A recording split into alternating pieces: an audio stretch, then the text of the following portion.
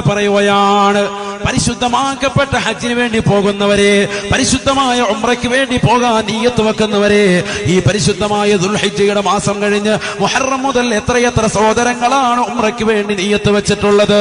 അതിനുവേണ്ടി പണമടച്ചുകൊണ്ട് കാത്തിരിക്കുന്ന പ്രിയപ്പെട്ട ഉമ്മ, അള്ളാഹുവിന്റെ റസൂലിന്റെ അധ്യാപനം ശ്രദ്ധിക്കണേ. ഹബീബായ നബി സല്ലല്ലാഹു അലൈഹി വസല്ലമ തങ്ങൾ പറയുകയാണ്, ഹജ്ജിന് വേണ്ടി നിയ്യത്ത് വെച്ചിട്ടുള്ളവരെ, ഉംറയ്ക്ക് വേണ്ടി നിയ്യത്ത് വെച്ചിട്ടുള്ളവരെ, ഹലാല് സമ്പാദിക്കണേ, ഹലാല് ഭുജിക്കണേ, ഹലാലാകുന്നത് കുടിക്കണേ. കാരണം നീ ഹജ്ജിന് വേണ്ടി വീട്ടിൽ നിന്ന് വലത് കാല് വെച്ചുകൊണ്ട് പുറത്തിറങ്ങുമ്പോ, നീ വീട്ടിൽ നിന്ന് പുറത്തിറങ്ങിയാലുടനെ തന്നെ അതാ യൻസിലുൽ മലായികതു മിനസ്സമാ, ആകാശലോകത്ത് നിന്ന് മലക്കുകൾ ഇറങ്ങുകയാണ്. മലക്കുകൾ ഇറങ്ങിക്കൊണ്ട് മലക്കുകൾ വിളിച്ചു പറയുകയാണ്, അവരെ ശബ്ദം ഉയർത്തിക്കൊണ്ട് വിളിച്ചു പറയുകയാണ്, ലബ്ബൈക വസഅദൈക. നീ യഥാ തൽബിയത്തിന്റെ വചനം ചൊല്ലിക്കൊണ്ട് വീട്ടിൽ നിന്ന് പുറത്തിറങ്ങുകയാണ്. ലബ്ബൈക അല്ലാഹുമ്മ ലബ്ബൈക ലബ്ബൈക ലാ ശരീക ലക ലബ്ബൈക ഇന്നൽ ഹംദ വന്നിഅമത ലക വൽ മുൽക് ലാ ശരീക ലക എന്ന മഹത്തായ തൽബിയത്തിന്റെ വചനം ചൊല്ലിക്കൊണ്ടിറങ്ങുന്ന സഹോദരാ, തൽബിയത്തിന്റെ വചനം കൊണ്ടിറങ്ങിക്കൊടുന്ന പ്രിയപ്പെട്ട സഹോദരി, നീ നിന്റെ വീട്ടിൽ നിന്ന് കാല് വെച്ച് പുറത്തേക്ക് ഇറങ്ങുമ്പോൾ തന്നെ അതാ നീ ഒരുമിച്ച് കൂട്ടിയ സമ്പത്ത് ഹലാലാണ് എങ്കിൽ, ഹലാല് മുഖേനയാണ് യാത്ര പോകുന്നതെങ്കിൽ, നിന്റെ വസ്ത്രം ഹലാലാണെങ്കിൽ, നിന്റെ ഭക്ഷണം ഹലാലാണെങ്കിൽ, അതാ മലക്കുകൾ വിളിച്ചു പറയുകയാണ്, ലബ്ബൈക വസഅദൈക ലബ്ബൈക വസഅദൈക. നിനക്കിതാ അല്ലാഹു ഉത്തരം ചെയ്തിരിക്കുന്നു, നിന്റെ ഹജ്ജ് അല്ലാഹു സ്വീകരിച്ചിരിക്കുന്നു. ഹജ്ജുക മഖബൂൽ ഹജ്ജുക മഖബൂൽ മൽബസുക ഹലാൽ വമതഅമുക ഹലാൽ വമശറബുക ഹലാൽ ലബ്ബൈക വസഅദൈക. അല്ലാഹു സഹോദരാ, നിനക്കിതാ ഉത്തരം ചെയ്തിരിക്കുകയാണ്, നിന്റെ ഹജ്ജ് അല്ലാഹു സ്വീകരിച്ചിരിക്കുകയാണ്. കാരണം നിന്റെ ഭക്ഷണം ഹലാലാണ്, നിന്റെ വസ്ത്രം ഹലാലാണ്, നിന്റെ കുടിനീര് ഹലാലാണ്, നിന്റെ പ്രിയപ്പെട്ട മക്കൾക്ക് പോലും നീ ബാക്കിയാക്കിയിരിക്കുന്ന വസ്തുക്കൾ മുഴുവനും അത് ഹലാലാണ്, ഹലാലാണ്. ഹലാലിലൂടെ വീട് പണിതുയർത്തിയ സഹോദരാ, ഹലാലിലൂടെ മക്കൾക്ക് ഭക്ഷണം കൊടുത്ത സഹോദരാ, ഹലാലിലൂടെ ഭാര്യയ്ക്ക് പുടവ കൊടുത്ത സഹോദരാ, ഹലാലിലൂടെ മക്കളെ, കുടുംബത്തെ, മാതാപിതാക്കളെ അന്നം കൊടുത്ത പ്രിയപ്പെട്ട സഹോദരാ, ഹലാലിലൂടെ സമ്പാദിച്ചതാകുന്ന പണം കൊണ്ടുപോയി പരിശുദ്ധമായ ഹജ്ജിന് വേണ്ടി, കർമ്മത്തിന് വേണ്ടി കൊടുത്തിട്ടുള്ള പ്രിയപ്പെട്ട സഹോദരാ, പ്രൈവറ്റ് ആകട്ടെ, നീ ഗവൺമെന്റ് മുഖേനയാകട്ടെ, ഏത് തരത്തിലും ഹജ്ജിന് വേണ്ടി പോയാൽ പണം വേണ്ടയോ, പണം വേണ്ടയോ, അതിനുവേണ്ടി ഒരുമിച്ച് കൂട്ടുന്നതാകുന്ന പണം ഹലാലാകണേ, ഹലാലാകണേ. ഇന്നാരാണിത് ശ്രദ്ധിക്കുന്നത്? ജനങ്ങളുടെ മുന്നിൽ പത്രാസ് കാണിക്കാൻ വേണ്ടി എന്റെ പ്രിയപ്പെട്ട കൂട്ടുകാരൻ ഹജ്ജിന് വേണ്ടി, എന്റെ പ്രിയപ്പെട്ട സഹോദരൻ ഹജ്ജിന് വേണ്ടി പോയി, എന്റെ പ്രിയപ്പെട്ട കൂട്ടുകാർ, അയൽവാസികൾ ഹജ്ജിന് വേണ്ടി പോയിട്ടുണ്ട്. അവരുടെ മുന്നിൽ എനിക്ക് ഗരിമയുണ്ടാകണം, അവരുടെ മുന്നിൽ എനിക്കതാ അന്തസ്സുണ്ടാകണമെന്ന് കരുതി ഹജ്ജിന് വേണ്ടി ഹറാമാകുന്ന പണം ഒരുമിച്ച് കൂട്ടുന്നവരെ, അള്ളാഹു നിങ്ങളുടെ ഹജ്ജ് സ്വീകരിക്കുകയില്ല. അള്ളാഹുവിന്റെ റസൂൽ പറയുകയാണ്, അങ്ങനെ നിങ്ങൾ ഹറാമായ പണവുമായിട്ടാണ് ഇറങ്ങുന്നതെങ്കിൽ യൻസിലുൽ മലായികതു മിനസ്സമാ, ആകാശലോകത്ത് നിന്ന് മലക്കുകൾ ഇതാ ഇറങ്ങി വന്നുകൊണ്ട് വിളിച്ചു പറയുകയാണ്, ഹജ്ജുക മർദൂദ് ലാ ലബ്ബൈക വലാ സഅദൈക ലാ ലബ്ബൈക വലാ സഅദൈക ലാ ലബ്ബൈക വലാ സഅദൈക. നിന്റെ ഹജ്ജ് അല്ലാഹു സ്വീകരിക്കുകയില്ല, നിന്റെ ഹജ്ജ് അല്ലാഹു മഖ്ബൂലാക്കുകയില്ല. ഹജ്ജുക മർദൂദ്, നിന്റെ ഹജ്ജ് അല്ലാഹു തട്ടപ്പെട്ടിരിക്കുകയാണ്. എന്തേ കാരണമെന്നറിയുമോ? മൽബസുക ഹറാം, നീ ധരിച്ചിരിക്കുന്ന വസ്ത്രം ഹറാമാണ്. വമതഅമുക ഹറാം, നീ കഴിച്ചിരിക്കുന്ന ഭക്ഷണം ഹറാമാണ്. വമശറബുക ഹറാം, നീ കുടിച്ചിരിക്കുന്ന കുടിനീരും ഹറാമാണ്, ഹറാമാണ്. അതുകൊണ്ട് നിന്റെ ഹജ്ജ് അല്ലാഹു ഇതാ തട്ടിക്കളഞ്ഞിരിക്കുകയാണ്. ലാ ലബ്ബൈക വലാ സഅദൈക. നിന്റെ ഹജ്ജ് അല്ലാഹു സ്വീകരിച്ചിട്ടില്ല, നിന്റെ ഹജ്ജ് അല്ലാഹു മഖ്ബൂലാക്കിയിട്ടില്ല. എന്താണ് പ്രിയപ്പെട്ട സഹോദരങ്ങളെ ഹജ്ജ്? ആർക്കാണ് ആ വഴിയിലേക്ക് പോകാൻ അള്ളാഹു തൗഫീഖ് നൽകിയത്? അള്ളാഹു സുബ്ഹാനഹു വ തആല ആദം നബി അലൈഹി സ്വലാത്തു വസ്സലാമിനെ സൃഷ്ടിച്ചതാകുന്ന ചരിത്രവും ഹവ്വാ ബീവിയെ പടച്ച ചരിത്രവും അവരുടെ മക്കളുടെ ചരിത്രവും ഒക്കെ നമുക്ക് അറിയാവുന്നതാണ്. ആദം നബി അലൈഹി സ്വലാമിന്റെ ചരിത്രങ്ങൾ ധാരാളം വിശുദ്ധ ഖുർആനിൽ തന്നെയുണ്ട്. സത്യത്തിൽ നമ്മൾ ഖുർആൻ പഠിക്കുന്നില്ല, ഖുർആനിക ചരിത്രങ്ങൾ നമ്മൾ മനസ്സിലാക്കുന്നില്ല എന്നുള്ളത് ഒരു വസ്തുത തന്നെയാണ്. എത്രയോ ചരിത്രങ്ങൾ നമ്മൾ പഠിക്കേണ്ടതുണ്ട്, മനസ്സിലാക്കേണ്ടതുണ്ട്. ഇബ്രാഹിം നബി അലൈഹി സ്വലാമിന്റെ ചരിത്രം പോലും സത്യത്തിൽ നമുക്കറിയില്ല. പരിശുദ്ധ പെരുന്നാളിലാണ് നമ്മൾ ഒരുമിച്ച് കൂടിയത്. ഇബ്രാഹിം നബി അലൈഹി സ്വലാമിന്റെയും കുടുംബത്തിന്റെയും ത്യാഗോജ്ജലമാകുന്ന അനുസ്മരണങ്ങളെ അയവിറക്കുന്ന ഈ വേളയിൽ പോലും വിശ്വാസികൾക്ക് ഇബ്രാഹിം നബിയുടെ കുടുംബത്തിന്റെ ചരിത്രം പോലും സത്യത്തിൽ അറിയില്ല. ആകെ കൂടി അറിയാവുന്നത് അറിവ് നടത്തിയ ഒരു കേസ് കെട്ട് മാത്രം. മറ്റു ചരിത്രങ്ങളും വിശുദ്ധ ഖുർആനിന്റെ ചരിത്രങ്ങളിലേക്ക് നമ്മൾ ഇറങ്ങിച്ചെല്ലുന്നില്ല, ഖുർആൻ നല്ലതുപോലെ പഠിക്കുന്നില്ല എന്നുള്ളത് ഒരു വസ്തുത എന്ന നിലയ്ക്ക് ആദ്യ പ്രവാചകനാകുന്ന ആദം നബി അലൈഹി ഇസ്ലാമിനെ കുറിച്ച് തന്നെ പഠിക്കും. അദ്ദേഹത്തെ അള്ളാഹു സൃഷ്ടിച്ചു. ഈ ആകാശ ഭൂമി ലോകത്തുള്ള സർവ്വ സൃഷ്ടികളുടെയും സർവ്വ വസ്തുക്കളുടെയും നാമങ്ങൾ അള്ളാഹു സുബ്ഹാനഹു വ തആല പഠിപ്പിച്ചു കൊടുത്തു. അതിന്റെ ഉപയോഗ ക്രമങ്ങളും പഠിപ്പിച്ചു കൊടുത്തു. وعلم آدم الأسماء كلها ثم عرضهم على الملائكة فقال أنبئوني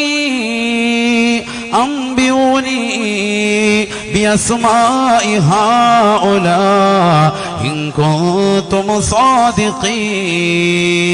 صادقين.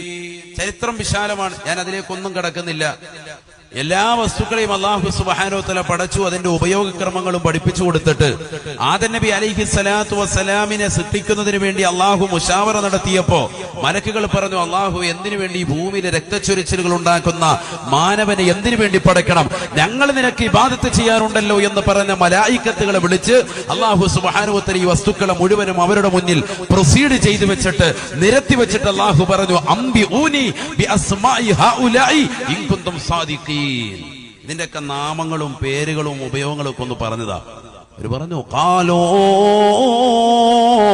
സുബ്ഹാനക ലാ ഇൽമ ലനാ ഇല്ലാ മാ അല്ലമതനാ ഇന്നക അൻതൽ അലീമുൽ ഹകീം. അല്ലാഹുവേ, പടച്ച റബ്ബേ, നീ മാത്രമാണ് അറിവുള്ളവൻ അല്ലാ. ഞങ്ങൾക്ക് അറിവ് കുറഞ്ഞവരാണ് അല്ലാ, പൊരുത്തപ്പെടണേ അല്ലാ. അല്ലാഹുവിന്റെ മുന്നിൽ പൊരുത്തപ്പെടിച്ച് ഞങ്ങൾക്കറിയില്ല അല്ലാ, നീ പഠിപ്പിച്ചു തന്നല്ലാതെ ഞങ്ങൾക്കൊന്നും അറിയില്ല. മലായിക്കത്തുകൾ കഴിയൊഴിഞ്ഞ് നിൽക്കുമ്പോൾ അല്ലാഹു ആദം നബി അലൈഹി സ്വലാമിനോട് ഈ വസ്തുക്കളുടെ നാമങ്ങൾ അവർക്ക് പറഞ്ഞു കൊടുക്കാൻ പറഞ്ഞു. ഫലമ്മ അംബഹും ബി അസ്മാഇഹി, ഇതെല്ലാ പേരുകളും അതിന്റെ ഉപയോഗങ്ങളും ഒക്കെ പറഞ്ഞു കൊടുത്തപ്പോ അല്ലാഹു സുബ്ഹാനഹു വ തആല മലക്കുകളെ വിളിച്ചിട്ട് പറഞ്ഞു, മലക്കുകളെ, നിങ്ങൾ ആദം നബി അലൈഹി സ്വലാത്തു വസ്സലാമിന് സുജൂദ് ചെയ്യാൻ അറിവുള്ള വ്യക്തിയാണ്, ഇൽമിന്റെ അഹ്ലുകാരനാണ്. ഇൽമിന്റെ അഹ്ലുകാരാകുന്ന ആലിമീങ്ങളെ നമ്മുടെ നാട്ടുകാർ ബഹുമാനിക്കുന്നുണ്ട്, ആദരിക്കുന്നുണ്ട്, അവരുടെ കൈക്ക് പിടിക്കുന്നുണ്ട്, അവരെ മുസാഫഹത്ത് ചെയ്യുന്നുണ്ട്, അവരെ മുആനക ചെയ്യുന്നുണ്ട്, അവരുടെ കൈ ചുംബിക്കുന്നുണ്ട്. ഇതൊക്കെ ആദം നബി അലൈഹി സ്വലാത്തു വസ്സലാമിന്റെ ചരിത്രത്തിൽ നിന്ന് ഉൾക്കൊണ്ടതാണ്. അള്ളാഹു ബഹുമാനിക്കാൻ പറഞ്ഞ വസ്തുക്കളെ ബഹുമാനിക്കുക, അതാണ് ഇസ്ലാമിന്റെ ആകത്തുക. തഅദീമു മാ അല്ലമഹുല്ലാഹ് വ തഹ്ഖീറു മാ ഹഖറഹുല്ലാഹ്. അള്ളാഹു ബഹുമാനിക്കാൻ പറഞ്ഞ വസ്തുക്കളെ ബഹുമാനിക്കുന്നു, അള്ളാഹു നിന്ദിക്കാൻ പറഞ്ഞ വസ്തുക്കളെ നിന്ദിക്കുന്നു. അള്ളാഹു ആദരിക്കാൻ പറഞ്ഞ വസ്തുവാണ് ആര്? ആദം നബി അലൈഹി സ്വലാത്തു വസ്സലാം. ആ ആദം നബി അലൈഹി സ്വലാമിനെ എല്ലാവരും ബഹുമാനിക്കുന്നു, ആദരിക്കുന്നു. എല്ലാ മലക്കുകളോടും പറഞ്ഞു, നിങ്ങൾ സുജൂദ് ചെയ്യും. ഇബ്ലീസ് മാത്രം മാറിയുന്നു. ഇതൊക്കെ ചരിത്രം നമുക്കറിയാം. എന്തിനാണ് ഇത് അയവിറക്കുന്നത്? നമ്മളിൽ പലരും ഇത് അറിയാമെന്ന് പറയുന്നെങ്കിൽ പോലും നമ്മുടെ മക്കൾക്ക് പലർക്കും ഇത് അറിയില്ല. അങ്ങനത്തെ ഒരു വസ്തുതയാണ്, കാലഘട്ടമാണ്. പുതിയ തലമുറയ്ക്ക് അറിയില്ല, ഈ ചരിത്രങ്ങളൊന്നും അറിയില്ല. അതുകൊണ്ടാണ് ഞാൻ ഓടിച്ചു പോകാതെ ചില വിഷയങ്ങൾ പറഞ്ഞു തന്നെ പോകുന്നത്. ഇബ്ലീസ് ഒഴികെ ബാക്കിയുള്ളവർ മുഴുവനും സുജൂദ് ചെയ്തു. അല്ലാഹു സുബ്ഹാനഹു വ തആല ഇബ്ലീസിനെ സ്വർഗ്ഗത്തിൽ നിന്ന് പുറത്താക്കുകയാണ്. മലായികത്തുകളുടെ ലീഡറായി കഴിഞ്ഞിരുന്ന ഇബ്ലീസ് ലഅനത്തുല്ലാഹി അലൈഹി സ്വർഗ്ഗത്തിൽ നിന്ന് പുറത്താക്കി അല്ലാഹു ലഅനത്ത് ചെയ്തു, അല്ലാഹു ശപിച്ചു. അന്നു മുതൽ ലോകം അദ്ദേഹത്തിന്റെ പേര് കേൾക്കുമ്പോൾ, ഇബ്ലീസിന്റെ പേര് കേൾക്കുമ്പോൾ ലഅനത്തുല്ലാഹി അലൈഹി എന്നുള്ള പദം എല്ലാവരും പറയുന്നു. കാരണം അല്ലാഹു മലായികത്തുകളും സർവ്വ അമ്പിയാക്കളും മഹത്തുക്കളും എല്ലാവരും ശപിച്ചിരിക്കുകയാണ്. അപ്പോൾ ഇബ്ലീസ് പറഞ്ഞു, അല്ലാഹു എന്നെ ഒന്ന് സാവകാശം ചെയ്യണം. അൻദിർനീ ഇലാ യൗമി യുബഅസൂൻ, നാളെ പുനർജീവിപ്പിക്കുന്ന നാൾ വരെ എനിക്കൊന്ന് സാവകാശം ചെയ്യണം. എന്നെ പിടിച്ച് ശിക്ഷിക്കരുത്, പിടിച്ച് ശിക്ഷിച്ചേക്കരുത്. എനിക്കത് സാവകാശം ചെയ്യണം. ഇബ്ലീസിന്റെ വർത്തമാനമാണ്, ഖുർആനാണ്. ഞാൻ ഈ ഓതുന്നതൊക്കെ ഖുർആനാണ്. സൂറത്തുൽ അഅറാഫ് വ്യക്തമാക്കുകയാണ്. അല്ലാഹു സുബ്ഹാനഹു വ തആല പറഞ്ഞു, ഇന്നക മിനൽ മുൻദരീൻ, നീ സാവകാശം ചെയ്തിരപ്പെട്ടവരാണ്. സാവകാശം ചെയ്യപ്പെട്ടു. നിനക്ക് നാളെ പാരത്രിക ലോകത്ത് വെച്ചേ, മഹ്ശറിൽ വെച്ചേ വിചാരണയുള്ളൂ. നിനക്കിപ്പോ വിചാരണയില്ല. ഇബ്ലീസിന്റെ ഒക്കെ മരണം സുബ്ഹാനല്ലാഹ് പറയുന്നുണ്ട്. ഇമാം ഗസ്സാലി റഹിമഹുല്ലാ ഒക്കെ പഠിക്കേണ്ടതാണ്. മരണം, ഇബ്ലീസ് ഈ ലോകത്ത് നിന്ന് വിട പറയുമ്പോ, പാരത്രിക ലോകം എന്ന് പറയുന്ന ഒരു വ്യക്തിയുടെ മരണത്തോടുകൂടി തുടങ്ങിക്കഴിഞ്ഞു. അവന്റെ മരണത്തോടുകൂടി തുടങ്ങാണ് പാരത്രിക ലോകത്തിന്റെ ഘട്ടങ്ങൾ. ഇബ്ലീസിന്റെ മരണത്തെക്കുറിച്ച് ഉലമാക്കൾ വിവരിക്കുന്നുണ്ട്. വല്ലാത്ത ഭയാനകതയാണ്. അതൊന്നും ഇപ്പൊ ഞാൻ വിശദീകരിക്കുന്നില്ല, ഇൻഷാ അല്ലാഹ് പിന്നീട് പറയാം. ഇബ്ലീസിന്റെ അന്ത്യം എന്ന് പറഞ്ഞൊരു വിഷയം വെച്ചോളി, അപ്പൊ നമുക്ക് പറയാം. അത് പഠിക്കേണ്ടത് തന്നെയാണ്, അതൊരു സംഭവം തന്നെയാണ്.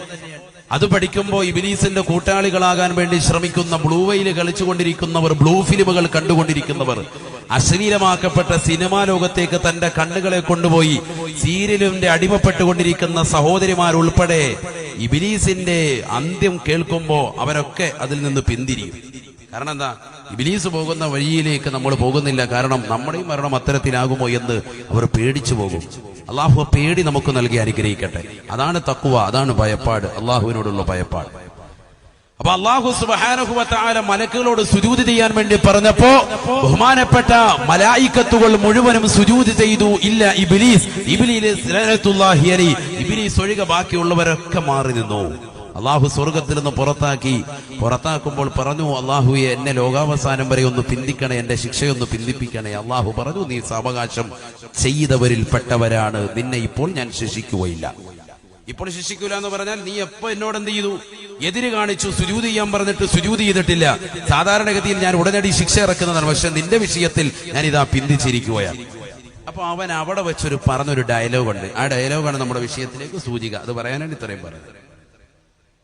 قال فبما أغويتني لأقعدن لهم صراطك المستقيم ثم لآتينهم من بين أيديهم ومن خلفهم وعن أيمانهم وعن شمائلهم ولا تجد أكثرهم شاكرين. അല്ലാഹുവേ, പടച്ച റബ്ബേ, നീ എനിക്ക് സാവകാശം ചെയ്തു അല്ല. ആ സാവകാശത്തെ മുൻനിർത്തിക്കൊണ്ട് ഞാനിതാ നിന്നോട് പറയുന്നു അല്ലാ. ഇബ്ലീസ് ഉടനെ അഹങ്കരിക്കുകയാണ്. ലഅഖുദന്ന ലഹും സിറാതകൽ മുസ്തഖീം, തീർച്ചയായിട്ടും അവരെ ഞാൻ സിറാത്തുൽ മുസ്തഖീമിലേക്ക് എത്തിക്കുകയില്ല അല്ലാ. ഋജുമാർഗത്തിലേക്ക് ഞാൻ അവരെ എത്തിക്കുകയില്ല Allah. لأقعدن لهم صراطك المستقيم, സിറാത്തുൽ മുസ്തഖീം ആകുന്ന നിന്റെ നേരായ മാർഗത്തെ തൊട്ട് ഞാനിതാ വിലങ്ങ് വെച്ചുകൊണ്ടിരിക്കും അല്ലാ. അവർക്ക് വിലങ്ങ് തടിയായിട്ട് ഞാൻ മാറും അല്ലാ. ഇബ്ലീസ് പറയാൻ ലഅനത്തുല്ലാഹി അലൈഹി, ഞാൻ അവർക്ക് സിറാത്തുൽ മുസ്തഖീമിലേക്ക് ഒരിക്കലും അവരെ എത്തിക്കൂല. ഏതാണ് സിറാത്തുൽ മുസ്തഖീം? ഏതാ സിറാത്തുൽ മുസ്തഖീം?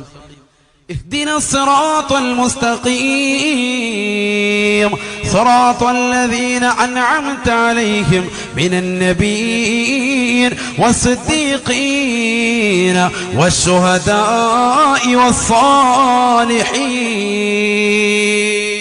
പരിശുദ്ധ ഖുർആനിൽ പല ഭാഗങ്ങളിലായി ഇത് വിശദീകരിച്ചിട്ടുണ്ട്. സിറാത്തുൽ മുസ്തഖീം നമ്മൾ എല്ലാ ദിവസവും 5 നേരം നമസ്കരിക്കുമ്പോ നമ്മൾ ഫാത്തിഹ സൂറത്ത് ഓതുമ്പോ അതിലെന്തുണ്ട്? ഇതിനെ സിറാത്തുൽ മുസ്തഖീം, സിറാത്തുൽ മുസ്തഖീമിലേക്ക് എത്തിക്കണേ. അല്ലേ? ഫാത്തിഹയിലില്ലേ ഇഹ്ദിന സിറാത്തുൽ മുസ്തഖീം സിറാത്തുൽ ലദീന അൻഅംത അലൈഹിം ഗൈറിൽ മഗ്ദൂബി അലൈഹിം വലദ്ദാല്ലീൻ. അല്ലാഹുവേ, ഞങ്ങളെ സിറാത്തുൽ മുസ്തഖീമിലേക്ക് എത്തിക്കണേ അല്ലാ. ഏതാണ് ആ സിറാത്തുൽ മുസ്തഖീം? നീ അനുഗ്രഹിച്ചവരുടെ പാതയാണ് അല്ലാ. നീ കോപിക്കാത്തവരുടെ പാതയാണ്. ആ പാതയിലേക്ക് ഞങ്ങളെ നീ വഴി നടത്തണേ അല്ലാ. ഇത് ഓരോ വിശ്വാസിയും 5 നേര നമസ്കാരത്തിലൂടെ അള്ളാഹുവിനോട് ചോദിക്കുകയാ. അഥവാ ഒരു ദിവസം 17 പ്രാവശ്യം അവൻ ചോദിക്കുകയാണ്, അള്ളാഹുവിനോട് തേടുകയാണ്. ഇഹ്ദിന സിറാത്തൽ മുസ്തഖീം, അല്ലാഹുവേ സിറാത്തുൽ മുസ്തഖീമിലേക്ക് എന്നെ നീ എത്തിക്കണേ അല്ലാ. എന്താണ് സഹോദരങ്ങളെ ഈ സിറാത്തുൽ മുസ്തഖീം? എന്താണ് ഈ സിറാത്തുൽ മുസ്തഖീം? നാളെ സിറാത്ത് എന്ന പാലമാണോ? അതാണ് സിറാത്തുൽ മുസ്തഖീം. അതിലേക്ക് എത്തിക്കണമെന്നാണ്. അതിലേക്ക് എന്തായാലും എത്തുമല്ലോ. എന്തായാലും മഹ്ശറിലെത്തി ആ സിറാത്തുൽ മുസ്തഖീമിൽ കടക്കാതെ ഒരാളും പോകുകയില്ല. അതിൽ നിന്ന് ഒരാളും രക്ഷപ്പെടുകയുമില്ല ആ സിറാത്തുൽ മുസ്തഖീമിലൂടെ കടക്കാതെ. പിന്നെ അങ്ങോട്ട് എത്തിക്കണേന്നല്ല എന്നുള്ളത് മനസ്സിലായി. പിന്നെ എന്താ ഈ സിറാത്തുൽ മുസ്തഖീം? 10-27 തഫ്സീറുകൾ നോക്കിയപ്പോ ആ തഫ്സീറുകളിലെല്ലാം തന്നെ ഖുർആനിന്റെ വ്യാഖ്യാനത്തിലെല്ലാം തന്നെ കാണാൻ കഴിഞ്ഞത് ഒരൊറ്റ ഡയലോഗാണ്. സിറാത്തുൽ മുസ്തഖീം എന്ന് പറഞ്ഞാൽ ത്വരീഖും മക്ക, പരിശുദ്ധമാക്കപ്പെട്ട കഅബയിലേക്കുള്ള വഴിയാണ്, മക്കയിലേക്കുള്ള മാർഗമാണ്.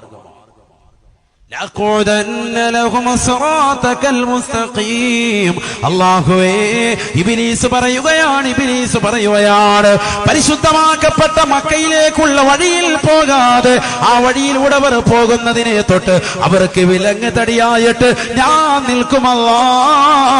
ഹജ്ജ് ഞാൻ ചെയ്യിക്കുകയില്ല അല്ലാ, ഉംറ ഞാൻ നിർവഹിപ്പിക്കുകയില്ല അല്ലാ. അതാണ് അതിന്റെ അർത്ഥം. മനസ്സിലായോ? ഹജ്ജും ഉംറയും ചെയ്യാൻ ഈ സമൂഹത്തെ ഞാൻ സമ്മതിപ്പിക്കൂല. ഇബ്ലീസ് ആദ്യമായി ചെയ്ത ശപഥം ഇതാണ്. ചിന്തിക്കണം. അള്ളാഹുവിന്റെ മുന്നിൽ വെച്ച് സ്വർഗത്തിൽ നിന്ന് പുറത്താക്കിയപ്പോ ഇബ്ലീസ് ആദ്യമായി അള്ളാഹുവിന്റെ മുന്നിൽ വെച്ച് ശപഥം ചെയ്ത് പറഞ്ഞ പദം സൂറത്തുൽ അറാഫ് അള്ളാഹു വ്യക്തമാക്കുകയാണ്. ثم لآتينهم من بين أيديهم ومن خلفهم وعن أيمانهم وعن شمائلهم ولا تجد أكثرهم شاكرين. അല്ലാഹുവേ, സിറാത്തുൽ മുസ്തഖീം എന്ന് പറയുന്ന പരിശുദ്ധമാക്കപ്പെട്ട മക്കയിലേക്കുള്ള വഴിയില്ലയോ? പരിശുദ്ധമാക്കപ്പെട്ട മക്കയിലേക്കുള്ള വഴിയില്ലയോ? ആ വഴിയെ തൊട്ട് ഞാൻ തടസ്സം നിൽക്കും അല്ലാ. അതിനുവേണ്ടി ഞാൻ കടിഞ്ഞു പരിശ്രമിക്കും അല്ലാ.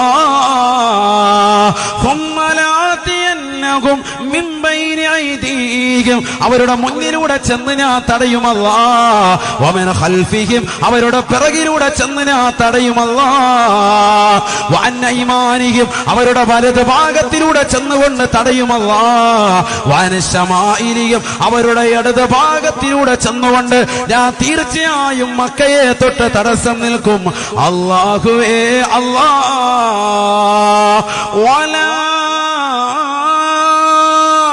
ولا تجد أكثرهم شاكرين. അവരിൽ അധികം ആളുകളും നന്ദിയുള്ളവരായി നീ എത്തിക്കുകയില്ല അല്ലാ. നിനക്ക് സുജൂദ് ചെയ്യാൻ എത്തിക്കുകയില്ല അല്ലാ. അധിക ആളുകളെയും ഞാൻ തടസ്സം നിൽക്കും. കറക്റ്റ് അല്ലേ ഈ പറഞ്ഞത്? എല്ലാവർക്കും ഹജ്ജിന് തൗഫീഖ് കിട്ടിയിട്ടുണ്ടോ? എന്നാ പൈസയുണ്ട്, സാമ്പത്തികമുണ്ട്, ശാരീരികമായി കഴിവുണ്ട്, എല്ലാ നിലയ്ക്കും സെറ്റപ്പുള്ള എത്ര ആളുകളുണ്ട്.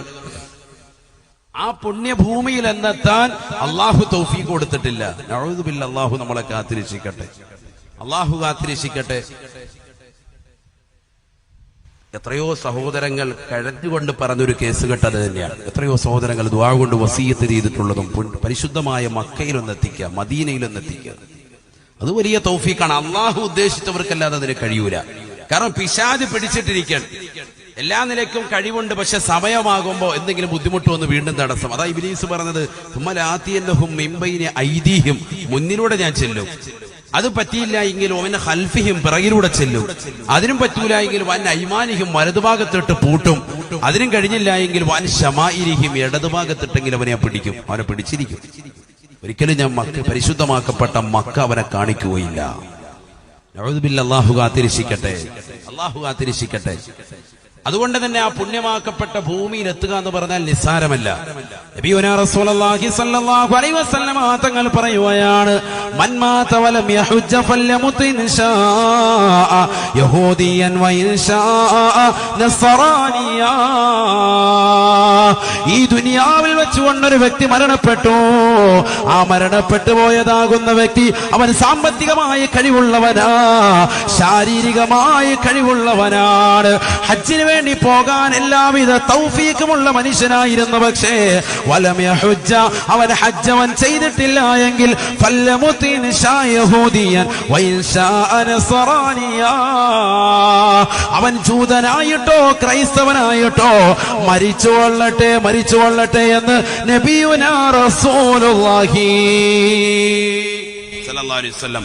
ഹജ്ജിന് തൗഫീഖ് ഉണ്ടായിട്ട് അത് ചെയ്യാതെ സമ്പത്ത് പിടിച്ചു വെക്കുന്നവർ, ശാരീരികമായി കഴിവുണ്ടായിട്ട് പോകാതെ തടഞ്ഞു വെക്കുന്ന ആളുകൾ, അവർ യഹൂദിയായിട്ട് അഥവാ ജൂതനായിട്ടോ നസ്റാനിയാകുന്ന ക്രൈസ്തവനായിട്ടോ മരിച്ചുകൊള്ളട്ടെ എന്ന് മുഹമ്മദ് റസൂലുള്ളാഹി. അള്ളാഹു നമ്മളെ കാത്തിരക്ഷിക്കട്ടെ. അഥവാ അതിന് കഴിവുണ്ടായിട്ട് പോകാതിരുന്നാൽ അവൻ ആരായിത്തീരും? ഒന്നില്ലേ ജൂതനാകും, അല്ലെങ്കിൽ ക്രൈസ്തവനാകും. നഊദു ബില്ലാഹ്, അല്ലാഹു കാത്തിരക്ഷിക്കട്ടെ. ഈമാൻ വേണ്ടേ? നമുക്ക് ഈമാൻ വേണ്ടേ? ഈമാൻ നിറപടിയാകണ്ടേ? ആഖിബത്ത് നന്നാകണേ ഉസ്താദെ. ബക്കത്തിൽ നമ്മൾ പൈസ ഇടുമ്പോഴും എന്താ നിയ്യത്ത് വെക്കുന്നത്? ആഖിബത്ത് നന്നാകണം, അന്ത്യം നന്നാകണം. ദ്വാരക്കാൻ കൊടുക്കുമ്പോഴും സഹോദരിമാർ കൊടുക്കുന്ന ലിസ്റ്റിലുണ്ടാകും, ഉസ്താദെ ഞങ്ങളുടെ ആഖിബത്ത് നന്നാകണം, അന്ത്യം നന്നാകണം, അതിനു വേണ്ടി ദ്വാരക്കും. ചിന്തിച്ചു നോക്ക്. ഇന്നങ്ങനെ ഉണ്ടോന്ന് അറിഞ്ഞില്ല. ഉണ്ടോ? ഇപ്പൊ മിക്ക ആളുകളും കൊടുക്കുന്ന ഉസ്താദ് കച്ചവടം ഒന്ന് റാഹത്തായി കിട്ടണം, കെട്ടിയവനെ എങ്ങനെയെങ്കിലും ഒന്ന് ഗൾഫിലോട്ട് കയറ്റി വിടണം, അതിനുവേണ്ടി ഉസ്താദ് ദ്വാരക്കും. ഇപ്പൊ അങ്ങനെയാണ് അധികം. എന്നാലും കുറെ ഉമ്മമാരെന്ത് കൊടുക്കും? ആഖിബത്ത് നന്നാകണം. ഉപ്പമാരും അങ്ങനെ പറയുന്നവരുണ്ട് കൈക്ക് പിടിച്ച്. അള്ളാഹു നമ്മുടെ എല്ലാവരുടെയും ആഖിബത്ത് നന്നാക്കി തരട്ടെ, ആഖിബത്ത് നന്നാക്കി തരട്ടെ. നബിയുനാ റസൂലുള്ളാഹി സ്വല്ലല്ലാഹു അലൈഹി വസല്ലമ തങ്ങളുടെ വർത്തമാനമാണ്, മൻ മാത വലം യഹുജ്ജ ഫല്യമുത് ഇൻഷാ യഹൂദിയൻ വഇൻഷാ നസ്റാനിയാ. ഹജ്ജ് ചെയ്യാതെ ഒരു വ്യക്തി മരണപ്പെട്ടാൽ അവൻ യഹൂദിയായിട്ടോ നസ്റാനിയായിട്ടോ അവൻ മരിച്ചുകൊള്ളട്ടെ. കഴിവുണ്ടായ ആളുകളാണ്, കഴിവില്ലാത്ത എത്ര ആളുകൾ നമ്മുടെ ഇടയിലുണ്ട്. ഇൻഷാ അല്ലാഹ് അവർക്ക് എന്താണ് ചെയ്താൽ അവർക്ക് ഹജ്ജിന്റെ കൂലി കിട്ടുക, അത് ഞാൻ ഇൻഷാ അല്ലാഹ് പറഞ്ഞു തരും. നമുക്കിപ്പോ ഈ വർഷം ഹജ്ജിന് തൗഫീഖ് കിട്ടിയോ? ഈ വർഷം പോകാൻ പറ്റിയോ? ഇല്ലല്ലോ. അപ്പൊ നമുക്ക് പോകാൻ പറ്റാത്ത എത്രയോ ആളുകൾ ഈ സദസ്സിലുണ്ടാകും. അള്ളാഹു പോയവർക്ക് വീണ്ടും പോകാനും നമുക്കെല്ലാവർക്കും ആ പുണ്യഭൂമിയിൽ എത്താനും അള്ളാഹു തൗഫീഖ് നൽകട്ടെ, അള്ളാഹു തൗഫീഖ് നൽകട്ടെ. അതൊരു വലിയ തൗഫീഖ് തന്നെയാണ്, നമ്മൾ ചോദിച്ചു തന്നെ വാങ്ങണം. ഒരുപക്ഷെ സാമ്പത്തികമായി കഴിവുള്ള എത്ര ആളുകളുണ്ട്, സൗദിയിൽ തന്നെ ജീവിച്ച എത്ര ആളുകളുണ്ട്. ആ പുണ്യമാക്കപ്പെട്ടതാകുന്ന സ്ഥലത്തേക്ക് കാബയൊന്ന് കൺകുളിർക്ക കാണാൻ അള്ളാഹു തൗഫീഖ് കൊടുക്കണ്ടേ? പറ്റാത്ത എത്രയോ മോമിനീങ്ങളുണ്ട്, എത്രയോ മോമിനീങ്ങളുണ്ട്. ഞാൻ തിരുവനന്തപുരം ഭാഗത്ത് പ്രഭാഷണത്തിന് വേണ്ടി പോയി. വയല് കഴിഞ്ഞു, 2 ദിവസത്തെ വയലാണ്. വയല് കഴിഞ്ഞു, ഒരു സഹോദരനെ ഒന്ന് കാണണമെന്ന് പറഞ്ഞു. അദ്ദേഹത്തിന്റെ ഉപ്പയാണ് കാണേണ്ടത്, വാഹനത്തിലാണ്. അപ്പൊ ദൂരെ ഒരു ഭാഗത്ത് അദ്ദേഹം വാഹനം പാർക്ക് ചെയ്തിരിക്കുകയാണ്. ഞാൻ അവിടെ ചെന്ന് കണ്ടു. ഇപ്പൊ അദ്ദേഹത്തിന്റെ മുട്ട് 2 കാല് വെച്ച് മുറിച്ചിരിക്കുക. ചോദിക്കപ്പെട്ടു, എന്താണ് നിങ്ങൾക്ക് പറ്റിയത്? അപ്പൊ പറഞ്ഞു, ഷുഗർ ബാധിച്ചതാണ്. ഷുഗർ ബാധിച്ചപ്പോ അതിനാദ്യമായി കിഡ്നിക്ക് ട്രബിൾ സംഭവിച്ചു കഴിഞ്ഞാൽ പെട്ടെന്ന് അവന്റെ ശരീരത്തിന്റെ ഓരോ അവയവങ്ങളും ഇഞ്ചിഞ്ചായി നശിക്കും. ആദ്യമായി ഷുഗർ ബാധിച്ച ആളുകൾക്ക് പെട്ടെന്ന് തന്നെ അസുഖം വരിക അവരുടെ കാലാണ് അവരെ ഏറ്റവും കൂടുതൽ ശ്രദ്ധിക്കേണ്ടത്. വിരലിന്റെ തുഞ്ചം ഒരു ചെറിയ മുറിവ് വന്നതാണ്. ആ വിരല് മുറിച്ചു മാറ്റി. പിന്നീട് 5 വിരല് മുറിച്ചു മാറ്റപ്പെട്ടു. പിന്നീട് എന്റെ കാലിന്റെ പത്തി വെച്ച് മുറിച്ചു. പിന്നെ ഇപ്പോ കയറ്റി മുറിച്ച് മുട്ടുവരെ വെച്ച് മുറിച്ചിരിക്കുക. 2 കാലും മുറിക്കപ്പെട്ടു. അദ്ദേഹം പറഞ്ഞു, വലിയ സമ്പന്നനാണ്, ഇന്നോവയിലാണ് അവിടെ വന്നിരിക്കുന്നത്, നല്ല സാമ്പത്തികമുള്ള ഒരു വ്യക്തിയാണ്. അദ്ദേഹത്തിന്റെ മക്കളുമുണ്ട്, ഭാര്യയുണ്ട്, സഹോദരങ്ങളുണ്ട്, എല്ലാവരും ഉണ്ട്. അദ്ദേഹത്തിന് ഒരൊറ്റ ദുആ ഉള്ളൂ, ഉസ്താദേ എനിക്ക് ആ പുണ്യഭൂമിയിൽ എത്താൻ ഇതുവരെ സാധിച്ചിട്ടില്ല. ഞാൻ സൗദിയിൽ തന്നെയായിരുന്നു, 40 കൊല്ലത്തോളം അവിടെയായിരുന്നു ജോലി ചെയ്ത്. പക്ഷേ എനിക്ക് ആ പുണ്യഭൂമിയിൽ കഅബയുടെ ഭാഗത്തേക്ക് ഹറം ബൗണ്ടറിയിലേക്ക് എത്താൻ അള്ളാഹു തൗഫീഖ് നൽകിയിട്ടില്ല. ചിന്തിച്ചു നോക്കൂ, ഉന്നതമായ കുടുംബമുള്ള ഒരു സഹോദരൻ, നല്ല സമ്പത്തുള്ള ഒരു മനുഷ്യൻ, പക്ഷെ അള്ളാഹു സുബ്ഹാനഹു വ തആല തൗഫീഖ് നൽകിയില്ല. ഇത് പറഞ്ഞ് ഒരു 4 മാസം കഴിഞ്ഞപ്പോ ആ സംഘാടകര് എന്നെ വിളിച്ചിട്ട് പറഞ്ഞു, ഉസ്താദേ ഇന്നാളെ ദുആ കൊണ്ട് പറഞ്ഞില്ല, അദ്ദേഹം വഫാത്തായി, മരണപ്പെട്ടു പോയി. അള്ളാഹു അദ്ദേഹത്തിന്റെ ഖബർ സന്തോഷത്തിലാക്കട്ടെ. സഹോദരങ്ങളെ, ആ പുണ്യഭൂമിയിൽ എത്താൻ അദ്ദേഹത്തിന് സാധിച്ചിട്ടില്ല എന്നുള്ളതാണ്. കാരണം എന്താ? അള്ളാഹു സുബ്ഹാനഹു വ തആല പിന്നീട് അദ്ദേഹത്തിനെ അസുഖക്കാരനാക്കി. വർഷങ്ങൾ കഴിഞ്ഞു, 10-40 കൊല്ലം അവിടെ ജീവിച്ച് സന്തോഷിച്ച ഒരു മനുഷ്യൻ, സ്വന്തമായി ഇവിടെ റൂമും സൗകര്യങ്ങളും ഫ്ളാറ്റും തന്റെ പ്രിയപ്പെട്ട കുടുംബാദികളുമായി റാഹത്തായ നിലയിൽ ജീവിച്ച ഒരു മനുഷ്യൻ പെട്ടെന്നൊരു സുപ്രഭാതത്തിൽ ശരീരം ക്ഷീണിക്കുന്നു. നോക്കുമ്പോൾ ടെസ്റ്റ് ചെയ്ത് നോക്കുമ്പോൾ ഷുഗർ ബാധിച്ചിരിക്കുകയാണ്. തന്റെ കാലിന് വല്ലാതെ പ്രയാസമായിരിക്കുകയാണ്. ഒരു ചെറിയ മുറിവ് വന്നു. ആ വിരല് മുറിച്ചു മാറ്റേണ്ട ഒരു ചികിത്സയ്ക്ക് വേണ്ടി മാത്രമായിട്ട് അദ്ദേഹം കേരളത്തിലേക്ക് എത്തിയതാണ്. പിന്നീട് ഘട്ടം ഘട്ടമായിട്ട് കാലിന്റെ മുട്ടുവരെ 2 കാലുകളും മുറിച്ചു മാറ്റേണ്ട ഒരു സിറ്റുവേഷനിലേക്ക് അള്ളാഹു എത്തിച്ചില്ലേ സഹോദരങ്ങളെ? അവസാനം മരണത്തിലേക്ക് വരെ എത്തിച്ചു. എന്ത് സംഭവിച്ചു? അദ്ദേഹത്തിന് പരിശുദ്ധമായ ഹജ്ജോ ഉംറയോ ഒന്ന് ചെയ്യാൻ തൗഫീഖ് കിട്ടിയില്ല എന്ന് മാത്രമല്ല, ആ കഅബയൊന്ന് കാണാൻ പോലും തൗഫീഖ് കിട്ടിയില്ല. ചിന്തിച്ചു നോക്ക്. അള്ളാഹു നമ്മളെ കാത്തിരക്ഷിക്കട്ടെ. എത്രയോ ആളുകൾ ഈ സദസ്സിലുണ്ട്, പാവപ്പെട്ട ആളുകൾ, ഗവൺമെന്റിന്റെ രീതിയിൽ പോയി ഹജ്ജ് ചെയ്ത ആളുകൾ, എത്രയോ സഹോദരങ്ങളുണ്ട്. സമ്പത്തുണ്ടായിട്ട് പോലും അള്ളാഹുവിന്റെ പുണ്യമാക്കപ്പെട്ട ആ ഗേഹം ഒന്ന് കാണാൻ പറ്റാത്ത എത്രയോ ആളുകളുണ്ട്. അതുകൊണ്ട് തന്നെ നമ്മൾ എപ്പോഴും ദ്വാരക്കണം. അതൊരു ചെറിയ വിഷയമല്ല. അതുകൊണ്ട് തന്നെയാണ് നമ്മുടെ ഉസ്താദുമാര് പള്ളിയിൽ നിസ്കാരം കഴിഞ്ഞ് എപ്പോഴും ദ്വാരക്കും. അപ്പൊ നമ്മളെവിടെ ആമീൻ പിടിക്കുന്നു? ഈ സമയത്തൊക്കെ പ്രത്യേകിച്ച് അവരെപ്പോഴും ദ്വാരക്കും. എന്ത്? اللهم ارزقنا حج بيتك الحرم وزيارة روضة نبيك سيدنا مصطفى محمد صلى الله عليه وسلم. അല്ലാഹുവേ പടച്ച റബ്ബേ, ഞങ്ങൾക്ക് പരിശുദ്ധമായ മക്കയിലേക്ക് ഒന്ന് എത്തിക്കണേ അല്ലാഹ്. ഹജ്ജും ഉംറയും നിർവഹിക്കാൻ ഞങ്ങൾക്ക് നീ തൗഫീഖ് നൽകണേ അല്ലാഹ്. ഹബീബായ നബി തങ്ങളുടെ റൗളയിലേക്ക് ഞങ്ങളെ നീ എത്തിക്കണേ അല്ലാഹ്. അതിന് നീ തൗഫീഖ് നൽകണേ അല്ലാഹ്. ഈ ദുആ ചെയ്യുമ്പോ വിശ്വാസികളാകുന്ന നമ്മൾ ഇതൊന്നും ശ്രദ്ധിക്കുന്നില്ല, നൊട്ട വിട്ടുകൊണ്ടിരിക്കുക. ഇതാണ് നമ്മുടെ പരിപാടി. അല്ലെ നഖം കടിച്ചുകൊണ്ടിരിക്കുക, വേറെ ശ്രദ്ധയിലാണ്. അല്ലെങ്കിൽ ഈ മുസ്ലിയാരെ മാറ്റണം, പഴയ പണ്ടത്തെ പോലെ ട്യൂണൊന്നും ഇല്ല, ഇങ്ങനെ മാറ്റിയേക്കാം. അള്ളാഹത്ത് ആളെ തന്നെ കമ്മിറ്റിയോട് പറയണം. ഇതൊക്കെയാണ് നമ്മുടെ ചിന്താഗതി. ദ്വാരക്കുമ്പോ ആമീൻ പിടിക്കാൻ പോലും വിശ്വാസികൾ തയ്യാറാകുന്നില്ല. അല്ലാഹു കാത്തിരക്ഷിക്കട്ടെ. ഇതൊക്കെ നമ്മുടെ ജമാഅത്തിൽ ഇപ്പോൾ ഈ സമയത്ത് സന്ദർഭത്തിൽ നടക്കുന്ന പ്രാർത്ഥനകൾ നമ്മൾ ഇതുവരെ ശ്രദ്ധിച്ചിട്ടില്ല. ആമീൻ ശരിക്കൊന്ന് പറഞ്ഞിരുന്നെങ്കിൽ ഒരുപക്ഷെ അള്ളാഹു കബൂലാക്കി. സഹോദരങ്ങളെ, പണമില്ലെങ്കിലും അള്ളാഹുവല്ലേ പണമുള്ളവൻ, അവൻ വിശാലനല്ലേ. അവൻ നമുക്ക് മറ്റേതെങ്കിലും രീതിയിൽ പണം തന്ന അള്ളാഹു നമുക്ക് ഖൈറായ നിലയിൽ എത്തിക്കും. അള്ളാഹു തൗഫീഖ് നൽകട്ടെ. അള്ളാഹു തൗഫീഖ് നൽകട്ടെ. ഒരു വ്യക്തി ഹജ്ജ് ചെയ്തിട്ടുണ്ട്. ഒരു വ്യക്തി ഹജ്ജ് ചെയ്തതാണ്. പക്ഷെ അയാൾ പിന്നെയും ഹജ്ജ് ചെയ്യുന്നു. നമ്മുടെ നാട്ടിലൊക്കെ അങ്ങനെയുണ്ട്, അല്ലേ? അങ്ങനില്ലേ? ഉണ്ടല്ലോ, എത്ര ആളുകളുണ്ട്. പക്ഷെ അത് അങ്ങനെ ചെയ്യാൻ പറ്റുമോ? ചെയ്യാൻ പറ്റും. കാരണം നബി സല്ലല്ലാഹു അലൈഹി വസല്ലമ തങ്ങളുടെ ഒരു പ്രാർത്ഥനയാണ്. ആ പ്രാർത്ഥന കിട്ടാൻ വേണ്ടിയാണ് അവർ ഹജ്ജും ഉംറയും ഇങ്ങനെ ആവർത്തിക്കുന്നത്. പക്ഷെ സ്വന്തം അയൽവാസി പട്ടിണിയാണ്, തന്റെ പ്രിയപ്പെട്ട അയൽവാസി പട്ടിണിയാണ്. ആ പാവപ്പെട്ട സഹോദരന് ഉടുതുണിക്ക് മറുതുണിയില്ലാതെ കഷ്ടപ്പെടുന്നതാകുന്ന സഹോദരനെ സഹായിക്കാതെ നീ എത്ര ഹജ്ജ് ചെയ്താലും, നീ എത്ര ഉംറ നിർവഹിച്ചാലും, ലാ യഖ്ബലല്ലാഹു മിൻഹുൽ ഹജ്ജ വൽ ഉംറത ഖത്ത്, നിന്നിൽ നിന്ന് ഹജ്ജോ ഉംറയോ അല്ലാഹു സ്വീകരിക്കുകയില്ല. അല്ലാഹു കാത്തിരക്ഷിക്കട്ടെ. അത് ശ്രദ്ധിക്കണം. ഏത് ശ്രദ്ധിക്കണം? നിന്റെ അയൽവാസിയാകുന്ന സഹോദരൻ, നിന്റെ പ്രിയപ്പെട്ട മക്കൾ, നിന്റെ പ്രിയപ്പെട്ട ഭാര്യ, നിന്റെ പ്രിയപ്പെട്ട മാതാപിതാക്കൾ, നിന്റെ പ്രിയപ്പെട്ട കുടുംബാദികൾ, നിന്റെ പ്രിയപ്പെട്ട ഇഷ്ടജനങ്ങൾ, സഹജനങ്ങൾ, സുഹൃത്തുക്കളാകുന്ന പാവപ്പെട്ട മുസ്ലിമീങ്ങൾ പട്ടിണി കിടക്കുമ്പോ അവരുടെ പട്ടിണി മാറ്റാതെ പണത്തിന്റെ പളവളപ്പ് വിരാജിക്കുന്ന സന്ദർഭത്തിൽ പരിശുദ്ധമായ കഅബ പിടിച്ചുകൊണ്ട് പൊട്ടിക്കരന്നുകൊണ്ട് പാവം പൊറപ്പിച്ചെടുക്കാമെന്ന് പുറക്കാട് ദേശത്തുള്ള പ്രിയപ്പെട്ട സഹോദര നീ കരുതിയിട്ടുണ്ട് എങ്കിൽ അള്ളാഹു നിന്റെ പാപം ഒരിക്കലും പുറത്തു തരൂല. അള്ളാഹു നിന്റെ ഹജ്ജ് സ്വീകരിക്കുകയുമില്ല. അള്ളാഹു കാത്തിരക്ഷിക്കട്ടെ. അതൊരു മറ്റൊരു ഭാഗമാണ്. ഞാൻ പറഞ്ഞു വന്നത്, ഒരാൾക്ക് അള്ളാഹു തൗഫീഖ് കൊടുത്തു, പണം നല്ലതുപോലെയുണ്ട്, ശരീരത്തിന് ആഫിയത്തുണ്ട്, അദ്ദേഹം പാവങ്ങളെ സഹായിക്കുന്ന ആളാണ്, തന്റെ അയൽവാസികളെ സഹായിക്കുന്നവരാണ്, കുടുംബബന്ധം ചേർക്കുന്നവരാണ്, നല്ല നിലയിൽ ജീവിക്കുന്ന, വർഷാവർഷം അദ്ദേഹത്തിന് ഹജ്ജിന് പോകുന്നു. എത്ര ആളുകളുണ്ട്? 40 ഹജ്ജ് ചെയ്ത, 50 ഹജ്ജ് ചെയ്ത ഹാജിമാര്, ഹജ്ജുമ്മമാര് വരെ നമ്മുടെ നാട്ടിലുണ്ട്. നമ്മുടെ ആലപ്പുഴ ദേശത്ത് തന്നെയുണ്ട്. അള്ളാഹു അവർക്കൊക്കെ മഗ്ഫിറത്ത് കൊടുക്കട്ടെ.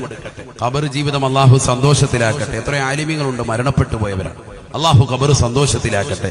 ജീവിച്ചിരിക്കുന്നവരുണ്ട്. 17ഉം 20ഉം ഹജ്ജ് ചെയ്ത എത്ര ആളുകൾ, എനിക്ക് പരിചയമുള്ള തന്നെ എത്ര ആളുകൾ 20ഉം 20ഉം 35ഉം ഹജ്ജൊക്കെ ചെയ്ത ആളുകളുണ്ട്. എന്താ അങ്ങനെ പോകാൻ പറ്റും? അങ്ങനെ പോകാൻ പറ്റും? അതൊക്കെ നമുക്കുള്ളൊരു ചോദ്യമാണ്.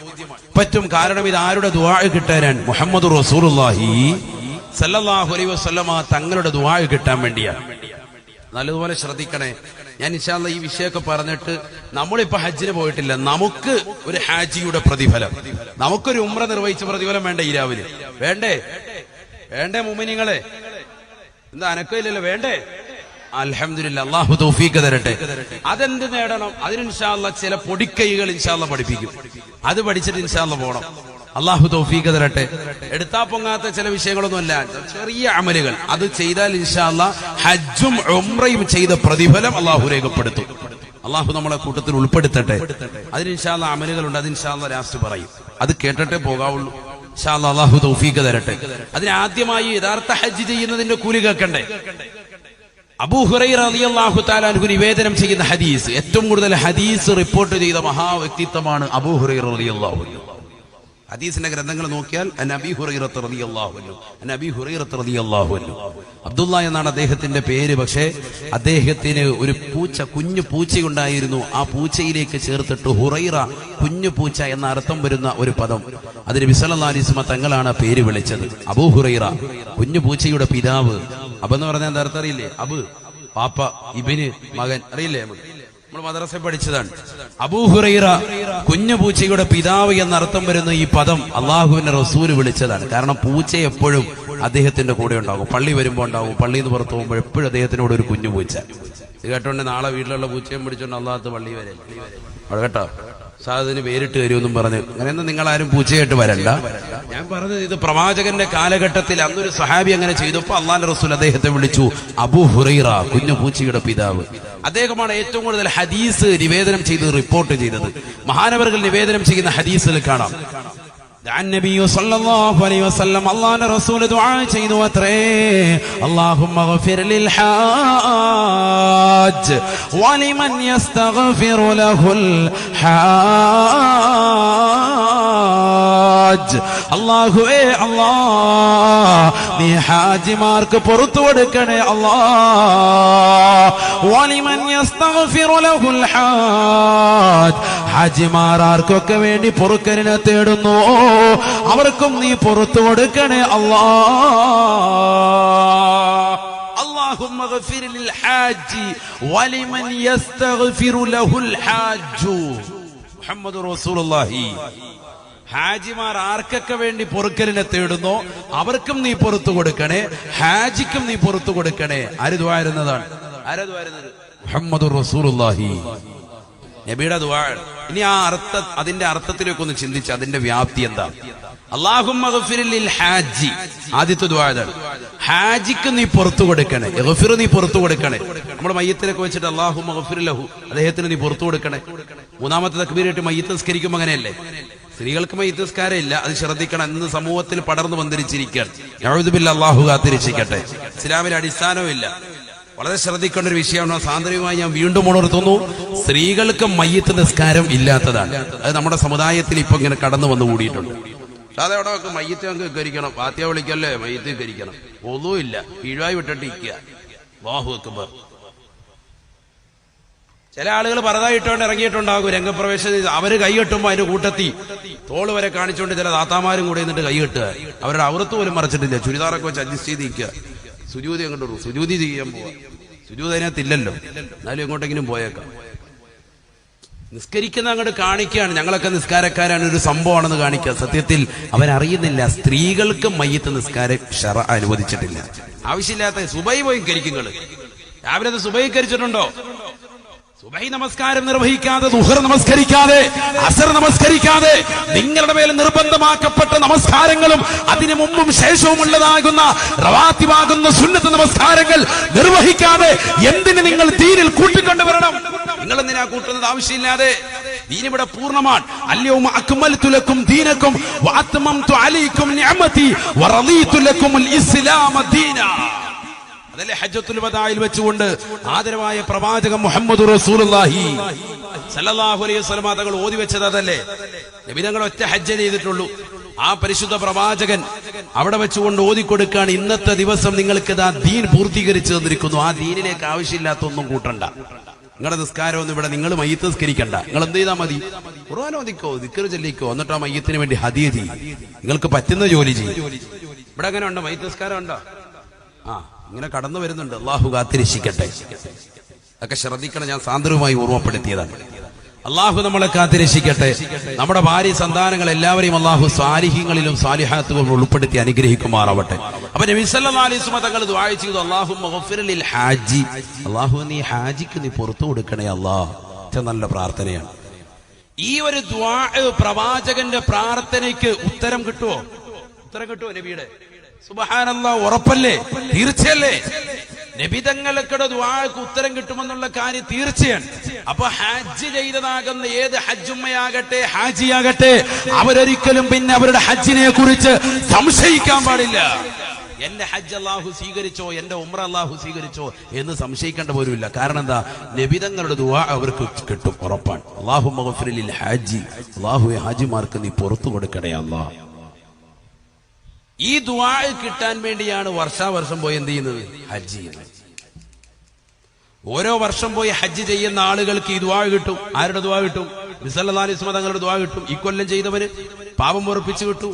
അടുത്ത കൊല്ലം വീണ്ടും ചെയ്യുന്നു, അവന്റെ പാവം വീണ്ടും അള്ളാഹു പുറത്തു കൊടുക്കുന്നു. കാരണം എന്താണ്? നബി തങ്ങളുടെ ദുആ എടുക്കാൻ അല്ലാഹുമ്മ ഗഫിർ ലിൽ ഹാജി, അല്ലാഹുവേ ഖിയാമത്ത് നാൾ വരെ ആരൊക്കെ ഹജ്ജ് ചെയ്യുന്നുണ്ടോ, ഏതൊക്കെ ഹജ്ജുമ്മമാരുണ്ടോ ഹാജിമാരുണ്ടോ അവർക്കൊക്കെ നീ പുറത്തു കൊടുക്കണേ അല്ലാഹ്. അവർക്കൊക്കെ പുറത്തു കൊടുക്കണേ അല്ലാഹ്. ഹജ്ജ് ചെയ്തിട്ട് പിന്നെ നമ്മൾ ഒരിക്കലും സംശയം വെക്കാൻ പാടില്ല. കാരണം ഹജ്ജിന് ഒരു ദിവസമുണ്ട്, സുബ്ഹാനല്ലാഹ്. ദിവസത്തിന്റെ പേരെന്താണ്? അറഫാ ദിവസം അല്ലേ? ഇന്നലത്തെ ദിവസം അറഫാ ദിവസം. അത് ഭയങ്കര ശ്രേഷ്ഠതയുള്ളതാണ്. ഹാജിമാര് പരിശുദ്ധമാക്കപ്പെട്ടതാകുന്ന അറഫാ മൈതാനികൾ ഒരുമിച്ച് കൂടുകയാണ്. അവിടെ ഒരുമിച്ച് കൂടി ളുഹറിന് ശേഷം മഗ്രിബ് വരെയുള്ള സമയത്ത് അവിടെ ഇരുന്ന് പൊട്ടിക്കരഞ്ഞുകൊണ്ട് ദ്വാരക്കാൻ. ആ സെക്കൻഡിൽ, ആ സന്ദർഭങ്ങളിൽ ഏതെങ്കിലും ഒരു സമയത്ത് അതിനെക്കൂടെ പാസ് ചെയ്തിട്ടില്ല എങ്കിൽ അവരുടെ ഹജ്ജ് സ്വീകരിക്കുകയുമില്ല. അൽ ഹജ്ജു അറഫത്തു സയ്യിദുനാ റസൂലുള്ളാഹി. ഹജ്ജ് എന്ന് പറഞ്ഞാൽ അതിന്റെ ഏറ്റവും വലിയ മർമ്മപ്രധാനമായ കർമ്മം തന്നെ അറഫയാണ് എന്ന് മുഹമ്മദ് റസൂലുള്ളാഹി. ആ അറഫയുടെ ശ്രേഷ്ഠതയെ പറ്റി നബി സല്ലല്ലാഹു അലൈഹി വസല്ലം തങ്ങൾ പറഞ്ഞ ഹദീസുകൾ എത്രയാണ്? മാറുഇയ ശൈത്താനു അസ്ഗറ വലാ അഹ്ഖറ വലാ അഹ്ദറ മിൻ യൗമി അറഫത സയ്യിദുനാ റസൂലുള്ളാഹി. പരിശുദ്ധമാക്കപ്പെട്ട അറഫാ ദിനത്തിൽ പിശാചിന് ഏറ്റവും കൂടുതൽ വിഷമവും നിന്ദയും നിസാരയുമാണ്. ആ ദിവസത്തിൽ ഏറ്റവും കൂടുതൽ താഴ്മയിലേക്ക്, ഏറ്റവും കൂടുതൽ മോശത്തരത്തിലേക്ക്, ഏറ്റവും കൂടുതൽ തരം താഴ്ന്ന ഒരു അവസ്ഥയായിരിക്കും ഇബ്ലീസിനുണ്ടാവുക എന്ന് നബിയുനാ റസൂലുള്ളാഹി സ്വല്ലല്ലാഹു അലൈഹി വസല്ലം. മാറുഇയ ശൈത്താനു അസ്ഗറ വലാ അഹ്ഖറ വലാ അഹ്ദറ മിൻ യൗമി അറഫത സയ്യിദുനാ റസൂലുള്ളാഹി സ്വല്ലല്ലാഹു അലൈഹി വസല്ലം. വളരെ പഠിക്കേണ്ട വിഷയമാണ്. ശൈത്താൻ ഏറ്റവും ദേഷ്യമുള്ള ദിവസമായിരുന്നു ഏത്? ഇന്നലത്തെ ദിവസം. സാധാ ഇത് ഇന്നലെ ഒന്ന് പറയണ്ടായിരുന്നു. ഇന്നലെ എല്ലാവരും നമ്മുടെ വാദിന്റെ ഡേറ്റ് തന്നെയല്ലേ, ഇപ്പൊ ഇന്ന് പറയാൻ പറ്റുമോ? ഇനി അടുത്ത കൊല്ലം ശ്രദ്ധിക്കുക. അള്ളാഹു തൗഫീഖ് തരട്ടെ. പിശാചിന് ഏറ്റവും ദേഷ്യമുള്ള ദിവസമാണ്. പക്ഷെ നമ്മൾ എന്ത് ചെയ്യണം? നമ്മൾ അവരോട് ഐക്യദാർഢ്യം പ്രഖ്യാപിച്ച് ഇവിടെ എന്ത് ചെയ്യണം? നോമ്പ് പിടിക്കണം. ഇവിടെ എല്ലാവരും നിയമം കണ്ടുകൊണ്ടിരുന്ന പോയി പരിപാടി പോയി. പുള്ളിക്കാരൻ സ്റ്റാറാന്നുള്ളത് കാണാൻ പോയാൽ പോയി പരിപാടി നശിച്ച്. അള്ളാഹു കാത്തിരക്ഷിക്കട്ടെ. എന്നെ കണ്ടിട്ട് വന്നതാണ്, ചിരിക്കുന്നല്ല. അള്ളാഹു കാത്തിരക്ഷിക്കട്ടെ. അതുകൊണ്ട് അത് ശ്രദ്ധിക്കേണ്ട വിഷയമാണ്. നമ്മൾ സിനിമയും കണ്ട് സീരിയലും കണ്ടുകൊണ്ടിരുന്നാല് ആ ദിവസത്തിന് പ്രത്യേകതയില്ല. അങ്ങനെയാണ് പിശാച് നമ്മുടെ നെഞ്ചത്ത് കയറി പൊങ്കാലയിടും. മനസ്സിലാകുന്നുണ്ടോ? പിശാചിന് ഏറ്റവും സന്തോഷം അപ്പോഴായിരിക്കും. അറഫാ മൈതാനിയിൽ ജനങ്ങൾ ഒരുമിച്ചിരുന്നു കൊണ്ട് പടച്ചിറപ്പിലേക്ക് പൊട്ടിക്കരഞ്ഞ് അള്ളാഹുവിലേക്ക് പാപമോചനത്തിന് അർത്ഥിക്കുന്ന സന്ദർഭത്തിൽ അവരുടെ ഐക്യദാർഢ്യം പ്രഖ്യാപിച്ചുകൊണ്ട് ഹാജിമാരല്ലാത്ത ആളുകൾ ദുൽഹിജ്ജ 9 പരിശുദ്ധമാക്കപ്പെട്ട അറഫാ ദിവസം അവരല്ലാഹുവിലേക്ക് പൊട്ടിക്കരഞ്ഞുകൊണ്ട് പകല് നോമ്പ് പിടിക്കുന്നുണ്ട് എങ്കിൽ യുസന്നു സൗമി അറഫത ലിഅന്നഹു യുകഫിറു സനതല്ലതി ഹുവ ഫീഹാ വല്ലതി ഖബലഹാ ഫതുഹുൽ മുഈനിൽ ഇമാം സൈനുദ്ദീൻ മഖ്ദൂം റഹിമഹുല്ലാഹ് അവിടെ രേഖപ്പെടുത്തുകയാണ്. ഷാഫി മദ്ഹബിലെ പ്രബല ഗ്രന്ഥമാണല്ലോ പ്രിയപ്പെട്ട മുത്തഅല്ലിമീങ്ങളെ ഫതുഹുൽ മുഈൻ. ആ ഫതുഹുൽ മുഈൻ രേഖപ്പെടുത്തുന്നു യുസന്നു സൗമി അറഫ, അറഫാ ദിവസത്തെ നോമ്പ് സുന്നത്ത് തന്നെയാണ്. ലിഅന്നഹു യുകഫിറു സനതല്ലതി ഹുവ ഫീഹാ വല്ലതി ഖബലഹാ. അവൻ ഏതൊരു വർഷത്തിലാണോ നിലകൊള്ളുന്നത് ആ ഒരു വർഷത്തെ പാപവും അതിന് മുമ്പത്തെ കൊല്ലത്തെ പാപവും കൂടി പൊറുക്കപ്പെടുമെന്ന് ബഹുമാനപ്പെട്ട സൈനുദ്ദീൻ മഖ്ദൂം റഹിമഹുല്ലാഹ് ഫതുഹുൽ മുഈൻ എന്ന മഹത്തായ ഗ്രന്ഥത്തിൽ രേഖപ്പെടുത്തുന്നു. ഇത് പ്രവാചകന്റെ ഒരു ഹദീസ് കൂടിയാണ്. അള്ളാഹു മനസ്സിലാക്കാൻ തൗഫീഖ് തരട്ടെ. മാത്രമല്ല അറഫാ ദിവസത്തിൽ വലിയ വലിയ ശ്രേഷ്ഠത നബിയുനാ റസൂലുള്ളാഹി സ്വല്ലല്ലാഹു അലൈഹി വസല്ലം തങ്ങൾ പറയുകയാണ്. ഇന്ന മിന ദുനൂബി ദുനൂബാ ലാ യുകഫിറുഹാ ഇല്ലൽ വഖൂഫു ബിഅറഫതാ. ഹബീബായ റസൂലുള്ളാഹി സ്വല്ലല്ലാഹു അലൈഹി വസല്ലമ തങ്ങൾ തന്റെ പ്രിയപ്പെട്ട അനുയായികളോട് പറയുകയാണ്, സഹാബത്തെ സഹാബത്തെ ഇന്ന മിന ദുനൂബി ദുനൂബാ, ചില പാപങ്ങളുണ്ട് സാബ, ചില ദോഷങ്ങളുണ്ട് സാബ, ലാ യുകഫിറുഹാ ഇല്ലൽ വഖൂഫു ബിഅറഫതാ, അറഫയിൽ നിൽക്കൽ കൊണ്ടല്ലാതെ ആ പാപം പൊറുക്കുകയില്ല എന്ന് നബിയുനാ റസൂലുള്ളാഹി. അറഫ മൈതാനിയിലേക്ക് എത്തൽ കൊണ്ടല്ലാതെ, അവിടെ പൊട്ടിക്കരഞ്ഞുകൊണ്ട് ഹാജിയായി നിലകൊള്ളൽ കൊണ്ടല്ലാതെ അവരുടെ പാപങ്ങൾ അല്ലാഹു പൊറുക്കുകയില്ല എന്ന് നബിയുനാ റസൂലുള്ളാഹി. ഇന്ന മിനൽ ദുനൂബി ദുനൂബാ ലാ യുകഫിറുഹാ ഇല്ലൽ വഖൂഫു ബിഅറഫതാ. അറഫേ നിൽക്കണം, അറഫേ നിന്നാലേ പാപം പൊറുക്കുള്ളൂ. അങ്ങനത്തെ ചില പാപങ്ങൾ മനുഷ്യരിലുണ്ട് എന്ന് മുഹമ്മദ് റസൂലുള്ളാഹി. അതിന് വേറെന്ത് ചെയ്തിട്ടും കാര്യമില്ല, വേറെന്ത് അമൽ ചെയ്തിട്ടും കാര്യമില്ല. എവിടെ പോണം? അറഫേ പോയി നിൽക്കണം. എങ്കിലും എന്തുണ്ടാവുള്ളൂ? അവന്റെ ആ പാപം പുറത്തു കൊടുക്കുള്ളൂ. അങ്ങനത്തെ ചില പാപങ്ങൾ മനുഷ്യരിലുണ്ട് എന്ന് മുഹമ്മദ് റസൂലുള്ളാഹി. മനസ്സിലാകുന്നുണ്ട്? അപ്പൊ നമ്മൾ നോമ്പ് പിടിക്കൽ മാത്രം പോരാ, എന്ത് വേണം? കഴിവുള്ള ആളുകൾ എവിടെ പോകണം? അറഫ മൈതാനിയിലേക്ക് പോകണം, ഹജ്ജിന് വേണ്ടി പോകണം. അള്ളാഹു തൗഫീഖ് തരട്ടെ. അവിടെ എത്തിയിട്ട് പാപം എനിക്ക് പുറത്തു തന്നോ അള്ളാഹു എന്നൊരുത്തൻ സംശയിക്കാൻ പാടില്ല. നബിയുനാ റസൂലുള്ളാഹി സ്വല്ലല്ലാഹു അലൈഹി വസല്ലമ തങ്ങൾ പറയുകയാണ്, അഅ്ളമുൻ നാസി ദംബാ മൻ വഖഫ ബിഅറഫത ഫളന്ന അന്നല്ലാഹ ലം യഗ്ഫിർ ലീ. അല്ലാഹു എനിക്ക് പാപം പുറത്തു തന്നില്ല എന്ന് അറഫയിൽ നിന്നതാകുന്ന ഒരു വ്യക്തി മനസ്സിലാക്കലാണ് ഏറ്റവും വലിയ പാതകമെന്ന് നബിയുനാ റസൂലുള്ളാഹി. ഏറ്റവും വലിയ പാതകമേതെന്നറിയുമോ? ഏറ്റവും വലിയ തെറ്റേതെന്നറിയുമോ? അഅ്ളമുന്നാസി ദംബൻ മൻ വഖഫ ബിഅറഫത. അറഫ മൈതാനിയിൽ ദുൽഹിജ്ജ 9 അന്ന് ളുഹർ മുതൽ കദാ മഗ്രിബ് വരെ നിന്നതാകുന്ന വ്യക്തിയാണ്. അറഫ മൈതാനിയിൽ വെച്ചുകൊണ്ട് പൊട്ടിക്കരഞ്ഞ മനുഷ്യനാണ്. എന്നിട്ട് ആ മനുഷ്യൻ ചിന്തിക്കുകയാണ്, ഫളന്ന അന്നല്ലാഹ ലം യഗ്ഫിർ ലീ, അല്ലാഹു എന്നെ പാപം പുറത്തു തന്നില്ല എന്ന് വിശ്വസിക്കുന്നവരെ, വിചാരിക്കുന്നവരെ അല്ലാഹുവിനോട് ചെയ്ത ഏറ്റവും വലിയ തെറ്റാണതെന്ന് നബിയുനാ റസൂലുള്ളാഹി. ഏറ്റവും വലിയ തെറ്റത് തന്നെയാണ്. ചിന്തിച്ചു നോക്ക്. എന്ത്? അറഫ മൈതാനി ഒരുത്തം പോയി നിന്നതിന് ശേഷം അവന്റെ മനസ്സിൽ എന്താണ്? അള്ളാഹു എന്റെ പാപമൊന്നും പുറത്തോട്ടൊന്നും കാണൂല എന്ന് വിചാരിക്കാൻ പാടില്ല. അപ്പൊ ഹജ്ജ് ചെയ്തവർ, ഉംറ ചെയ്തവർ അവരുടെ ഹജ്ജും ഉംറയിലും പിന്നെ ഒരിക്കലും എന്ത് ചെയ്യാൻ പാടില്ല? സംശയിക്കാൻ പാടില്ല. ഇതൊക്കെ ചില ഉമ്മമാർക്ക് മനസ്സിലാകാൻ വേണ്ടി പറയാൻ. ഇക്കാളുകളും അയ്യോ എന്റെ സ്വീകരിച്ചിട്ടുണ്ടാവോ ഉസ്താദേ, ഞാനത് ചെയ്തത് കറക്റ്റ് ആയിട്ടുണ്ടാവോ എന്ന് പറഞ്ഞ് നീ സംശയം വെച്ചാക്കാൻ പറ്റും. അതാണ് ഏറ്റവും വലിയ തെറ്റ്. കാരണം എന്താ? നബി തങ്ങളുടെ പ്രാർത്ഥനയാണ് നിനക്ക് കിട്ടിയിരിക്കുന്നത്. اللهم اغفر للحاج ولمن يستغفر له الحاج. അല്ലാഹുവേ പടച്ച റബ്ബേ, നീ ഹാജിക്ക് പുറത്തു കൊടുക്കണേ അല്ലാ, ഹാജിക്ക് പുറത്തു കൊടുക്കണേ അല്ലാ. അപ്പൊ എല്ലാ വർഷവും ഹജ്ജ് ചെയ്യുമ്പോ ഈ ദുആ വീണ്ടും വീണ്ടും അവന് കിട്ടുകയാണ്. ഇത് കിട്ടാൻ വേണ്ടിയാണ് ചില ആളുകൾ വർഷാവർഷം എന്ത് ചെയ്യുന്നത്? ഹജ്ജിന് പോകുന്നത്. അല്ലാഹു തൗഫീഖ് തരട്ടെ, അല്ലാഹു തൗഫീഖ് തരട്ടെ. ഇനി അതെല്ലാം മറ്റൊരു ഹദീസിൽ കാണാം. ഇതൊക്കെ ഹദീസ് ആയത്താണ് കേട്ടോ, നമ്മൾ വേറെ തമാശ പാട്ടൊന്നുമില്ല, ഉള്ള ആയത്ത് ഹദീസാണ്. വളരെ ശ്രദ്ധിക്കും. നബിയുനാ റസൂലുള്ളാഹി സ്വല്ലല്ലാഹു അലൈഹി വസല്ലമ തങ്ങൾ പറയുകയാണ്, ഇന്നൽ അബ്ദ ഇദാ മദത അലൈഹി ഖംസതു അമാമിൻ ഫലം യഹുജ്ജ. ഒരു വ്യക്തി 5 വർഷം കഴിഞ്ഞു കിടന്നു, അവൻ അല്ലാഹു സാമ്പത്തികമായി കഴിവ് കൊടുത്തിട്ടുണ്ട്, ശാരീരികമായി കഴിവ് കൊടുത്തിട്ടുണ്ട്, പക്ഷെ അവൻ ഹജ്ജ് അവൻ ചെയ്തിട്ടില്ല എങ്കിൽ അല്ലാഹുവിന്റെ റസൂൽ പറയുകയാണ്, ഫല്യകൂനു മഹ്റൂമാ. അല്ലാഹുവിന്റെ അനുഗ്രഹത്തെ തൊട്ട് അവൻ വിദൂരമാക്കപ്പെട്ടവനാകുമേ. അല്ലാഹുവിന്റെ അനുഗ്രഹം അവനിൽ നൽകുകയില്ല എന്ന് നബിയുനാ റസൂലുള്ളാഹി. ഇന്നൽ അബ്ദ ഇദാ മദത അലൈഹി ഖംസതു അവാമിൻ ഫലം യഹുജ്ജ ഫലകൂന മഹ്റൂമ. സദഖ റസൂലുള്ളാഹി. ഒരു വ്യക്തി 5 കൊല്ലം അടുപ്പിച്ചങ്ങോട്ട് കഴിഞ്ഞു, എന്ത് ചെയ്തില്ല? ഹജ്ജ് ചെയ്തില്ല. ഹജ്ജിന് കഴിവുണ്ട്, ഹജ്ജ് ചെയ്ത വ്യക്തിയാണ്. പക്ഷെ 5 കൊല്ലത്തിനിടയ്ക്ക് എന്ത് ചെയ്യണം? ഹജ്ജിന് വീണ്ടും വീണ്ടും ഒന്ന് പുതുക്കിക്കോണം. ആര് പറയാ? കഴിവുള്ള ആളുകൾ. നബിയുനാ റസൂലുള്ളാഹി. അല്ലാഹു തൗഫീഖ് തരട്ടെ, അല്ലാഹു തൗഫീഖ് തരട്ടെ. കഴിവുള്ള ആളുകൾ ഇഷ്ടം പോലെ ഉണ്ട്. അല്ലാഹു തൗഫീഖ് തരട്ടെ. എപ്പോഴും വളരെ ശ്രദ്ധിക്കേണ്ട വിഷയമാണ്, എപ്പോഴും വളരെ ശ്രദ്ധിക്കേണ്ട വിഷയം. അതുകൊണ്ടായിരിക്കും ഒരുപക്ഷെ ഈ ഹദീസ് വെച്ചിട്ടായിരിക്കും സൗദി ഗവൺമെന്റ് ഇപ്പോൾ നിയമമാക്കിയിരിക്കുന്നത് 5 കൊല്ലം കൂടുമ്പോൾ ഇങ്ങോട്ട് അയവാന വന്നാൽ മതിയെന്ന്. ഇല്ല, ഗവൺമെന്റ് തലത്തിൽ പോകുന്നവരോട് എന്താ പറഞ്ഞിരിക്കുന്നത്? എന്താ പറയില്ല, ശരിയല്ലേ? 5 കൊല്ലം കൂടുമ്പോഴത്തേക്കും വന്നാൽ മതി. ശ്രദ്ധിച്ചിട്ടുണ്ടോ അങ്ങനെ? അത് ഒരുപക്ഷെ ഈ ഹദീസ് വെച്ചിട്ടായിരിക്കും എന്ന് ഞാൻ മനസ്സിലാക്കുന്നു. അത് കണ്ടോ ഇല്ലയെന്ന് അറിയാം, അള്ളാഹു അറിയാം. എന്തായാലും അങ്ങനെ ഒരു ഹദീസ് ഉണ്ട്. എന്താണത്? ഇന്നൽ അബ്ദ ഇദാ മദത അലൈഹി 5 അഅ്വാമിൻ ഫലം യഹുജ്ജ ഫയകൂന മഹ്റൂമ. 5 വർഷം കൂടുമ്പോൾ ഒരു വ്യക്തി ഹജ്ജിന് കഴിവുണ്ടായിട്ടും അവൻ ഹജ്ജിന് വേണ്ടി വന്നില്ല എങ്കിൽ അള്ളാഹുവിന്റെ അനുഗ്രഹങ്ങളെ തൊട്ടവൻ വിദൂരത്തിലാകുമെന്ന് സയ്യിദുനാ റസൂലുള്ളാഹി.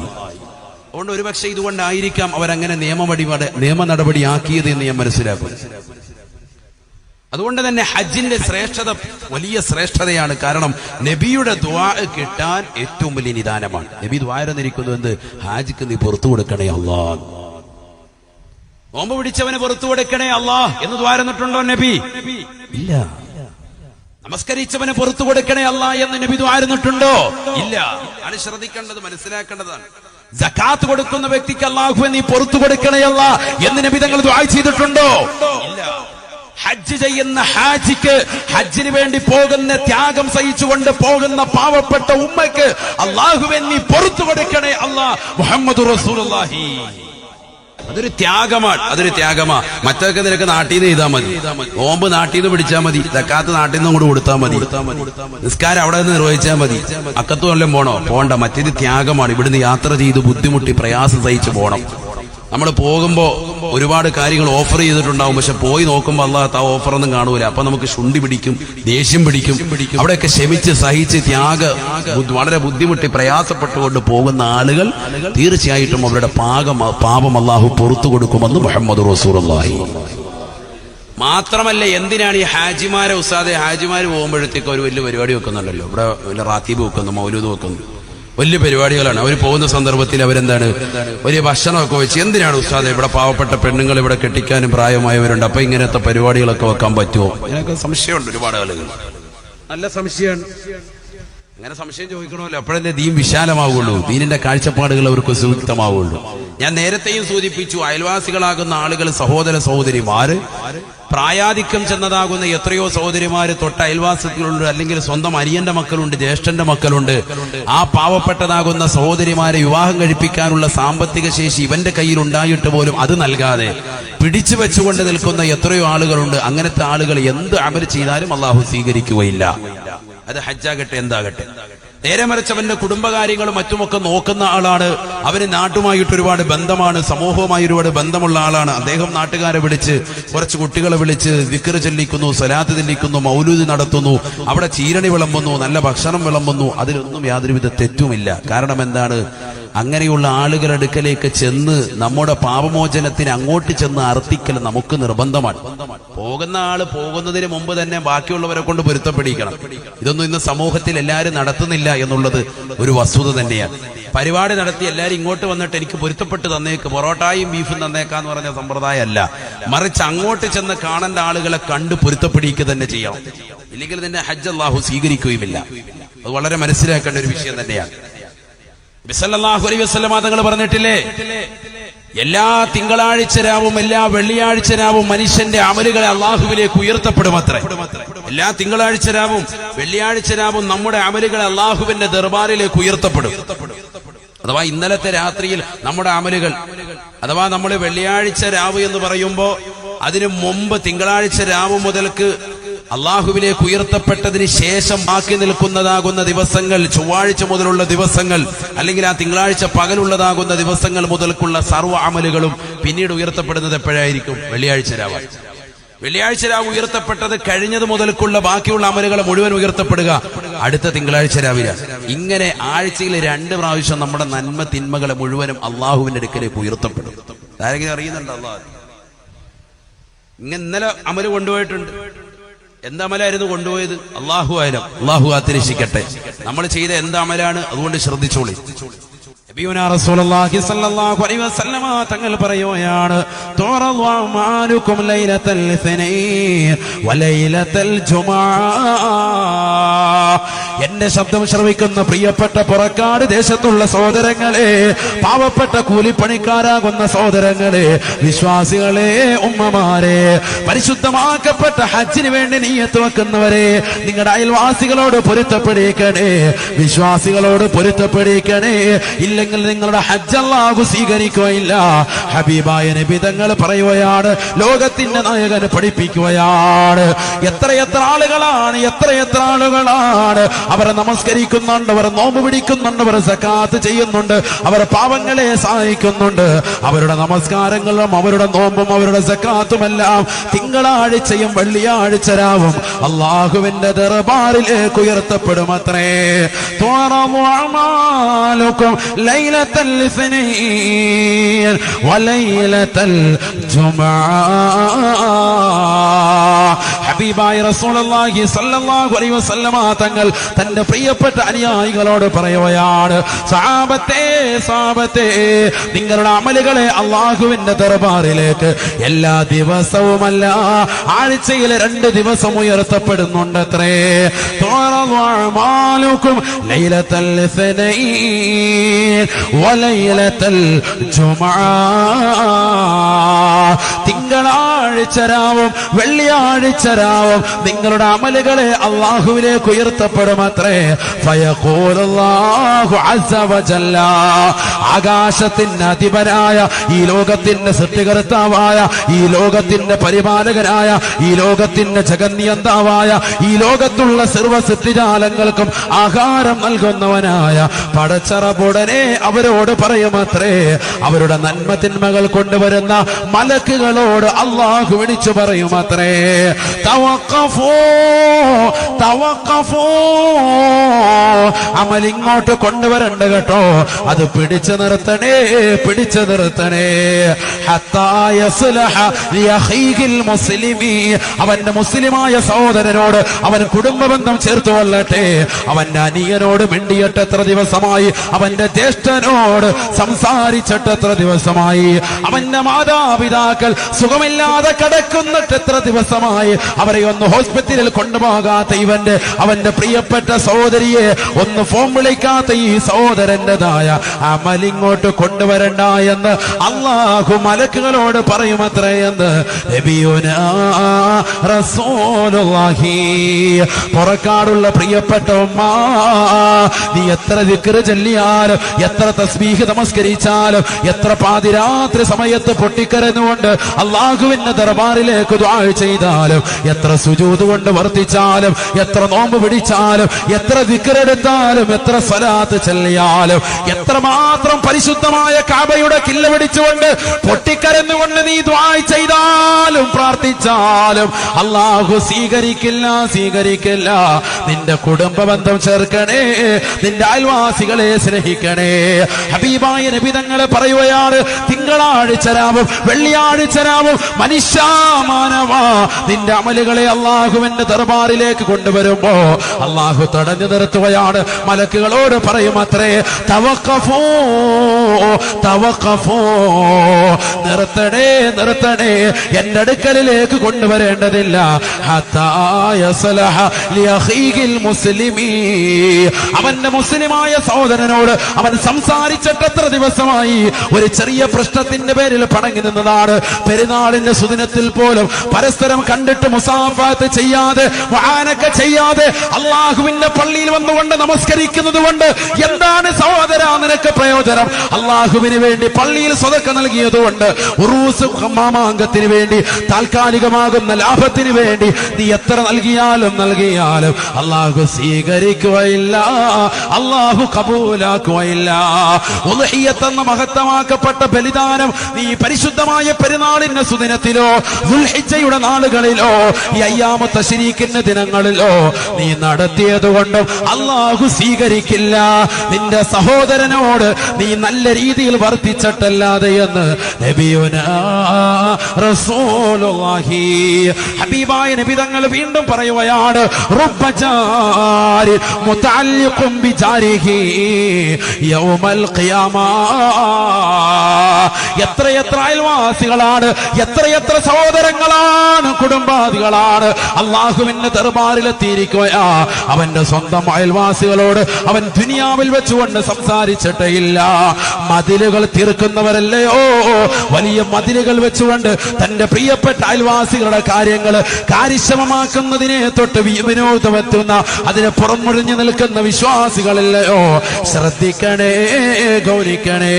നിന്റെ പ്രിയപ്പെട്ട അയൽവാസികളോട് നല്ല രീതിയിൽ വർത്തിക്കൽ കൊണ്ടല്ലാതെ അല്ലാഹു സുബ്ഹാനഹു വ തആല നിന്റെ ഒരു അമലും സ്വീകരിക്കില്ല എന്ന് നബിയുനാ റസൂലുള്ളാഹി.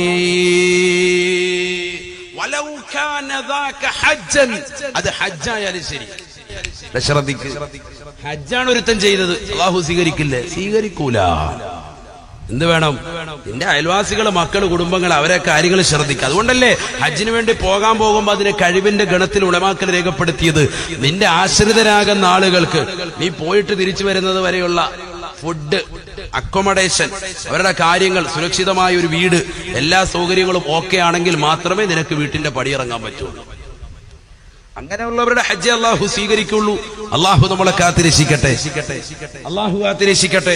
എന്തിനാണ് ഉസ്താദ് ഇങ്ങനെയുള്ള പരിപാടികൾ നടത്തുന്നത്? പരിപാടികൾ നടത്തുമ്പോൾ നമ്മൾ അങ്ങോട്ട് ചെന്നിട്ട് ഹജ്ജിന് വേണ്ടി പോകുന്നവർക്ക് മുമ്പ് അല്ലെങ്കിൽ ഉംറയ്ക്ക് വേണ്ടി പോകുന്നവരുടെ വീട്ടിൽ ചെന്ന് ആ പൊറോട്ടയും ബീഫും കഴിച്ചിട്ട് ഉപ്പ് കുറവാന്ന് പറയലല്ല, മറിച്ച് അവരുടെ കൈക്ക് പിടിച്ചിട്ട് എനിക്ക് വേണ്ടി പൊറുക്കലിന് തേടുക. അവരവർക്ക് വേണ്ടി അവരോട് പറയാ, എന്റെ പാപം പുറത്തു തരാൻ വേണ്ടി നിങ്ങൾ ദ്വാരക്കണം കേട്ടോ എന്ന് പറയുക. ഇതാര് പഠിപ്പിച്ചതാ? മുഹമ്മദ് റസൂലുള്ളാഹി. ഉമർ ഇബ്നുൽ ഖത്താബ് റളിയല്ലാഹു തആല അൻഹു ഉംറയ്ക്ക് വേണ്ടി പോകുമ്പോ അല്ലാഹുവിന്റെ റസൂൽ സല്ലല്ലാഹു അലൈഹി വസല്ലം തങ്ങള് ഉമർ ഇബ്നുൽ ഖത്താബ് തങ്ങളുടെ കൈക്ക് പിടിച്ചുകൊണ്ട് പ്രവാചകൻ പറഞ്ഞു, ലാ തൻസാനി ഫി ദുആഇക യാ ഉമർ. ഉമർ, ഈ പാവപ്പെട്ട മുഹമ്മദുർ റസൂലുള്ളാഹി സല്ലല്ലാഹു അലൈഹി വസല്ലം തങ്ങൾ പറയാ, ഈ പാവപ്പെട്ട എന്നെ നീ ദുആയിൽ ഉൾപ്പെടുത്താതിരിക്കല്ലേ, എന്നെ മറക്കരുതേ ഉമറേ മുഹമ്മദുർ റസൂലുള്ളാഹി. നമ്മൾ പറയോ? നമ്മുടെ അയൽവാസികളോട് പറയോ? പള്ളിയിലെ ഉസ്താദിനോട് പറയോ? ഇല്ലല്ലോ, അയൽവാസികളോട്. സാധാ അജിന് പോലെ അല്ലാഹു ബർക്കത്ത് ചെയ്യട്ടെ, അങ്ങോട്ട് ദ്വാരം കൊടുക്കുക, അല്ലാഹു കബൂലാക്കട്ടെ, അല്ലാഹു ആത്തിരക്ഷിക്കട്ടെ. നമുക്കുള്ള ദുആ പാപമോചനത്തിന് അർത്ഥിക്കണം അവരോട്, അവരുടെ കൈക്ക് പിടിച്ച്. എന്താ കാര്യം? നബി സല്ലല്ലാഹു അലൈഹി വസല്ലം തങ്ങൾ പ്രാർത്ഥിച്ചിരിക്കുകയാണ്, അല്ലാഹുമ്മ ഗഫിർ ലിൽ ഹാജി വലിമൻ യസ്തഗ്ഫിറു ലഹുൽ ഹാജു. അല്ലാഹുവേ, ഹാജിമാർ ആർക്കൊക്കെ പൊറുക്കലിനെ തേടുന്നുണ്ടോ അവർക്കും നീ പുറത്തു കൊടുക്കണേ അല്ലാ, അവർക്കും നീ പുറത്തു കൊടുക്കണേ അല്ലാ. നബി ദുആ ചെയ്തിരിക്കാൻ. അപ്പൊ നബിയുടെ ആ ദുആ കിട്ടാൻ വേണ്ടി ഇവരെ കൊണ്ട് എങ്ങനെയെങ്കിലും നമ്മൾ ദ്വാരപ്പിക്കണം. അതിനുവേണ്ടിയാണ്. അതുകൊണ്ടാണ് നമ്മുടെ കൈക്ക് പിടിച്ചിട്ട് അവരോട് എന്ത് ചെയ്യുന്നത്? ദ്വാരക്കണമെന്ന് പറയുന്നത്. അപ്പൊ ചില ആളുകൾ പറയും, അയ്യോ നമുക്ക് ദ്വാരക്കാനുള്ള ശേഷിയൊന്നുമില്ല, നിങ്ങൾ തന്നെ ദ്വാരക്ക്. അങ്ങനെ പറയണ്ട. കാരണം നിന്നോട് ദ്വാരക്കാൻ വേണ്ടി പറയുന്നതിന്റെ കാര്യം എന്താ? നീ വലിയ സംഭവമായിട്ടൊന്നുമില്ല, നീ പോകുന്ന സ്ഥലം ഭയങ്കര സംഭവമാണ്. നീ ദ്വാരന്നാല്, ആ സ്ഥലത്ത് വെച്ച് ദ്വാരന്നാൽ ആ ദ്വായിൽ നമ്മളെ കൂടി ഉൾപ്പെടുത്തിയാൽ നമ്മൾ രക്ഷപ്പെട്ടു. അത് പോകുന്ന ആളുകൾ, ഞാൻ ദ്വാരെന്ന സ്വീകരിക്കുമോ, അല്ലോ എന്നെ ഏൽപ്പിക്കണ്ട, നിങ്ങൾ വേറെ ആരെങ്കിലും ഏൽപ്പിക്കുക എന്ന് പറയണ്ട. നമ്മൾ ഏറ്റെടുക്കണം ആ ദ്വാ നല്ല രീതിയിൽ. ഇൻഷാ അല്ലാഹ് എനിക്ക് ഓർമ്മ വരാൻ വേണ്ടി നിങ്ങൾ എനിക്ക് വേണ്ടി ദ്വാരം, നല്ല ആഫിയത്തും ആരോഗ്യം കിട്ടാൻ വേണ്ടി ദ്വാരക്ക്, നിങ്ങൾ ദ്വാരക്ക്, ഇൻഷാ അല്ലാഹ് ഞാൻ ദ്വാരന്നോളാം എന്ന് പറഞ്ഞ് അവരുടെ ദ്വാവസീയത്തെ ഏറ്റെടുത്ത് അവിടെ പോയി അത് നിർവഹിക്കുക. എല്ലാവരുടെയും പേരെടുത്ത് പറയാൻ കഴിയില്ല. ഓക്കെ, നീ അള്ളാഹു എന്നോട് വസീയത്ത് ചെയ്ത ആളുകളുണ്ട്, ദ്വാവസീയത്ത് ചെയ്ത് അവരുടെ ഒക്കെ മുറാദുകൾ നീ ഹാസിലാക്കണേ അള്ളാഹ്. ഒറ്റ ദ്വാ വലിയ ശ്രേഷ്ഠതയാണ്.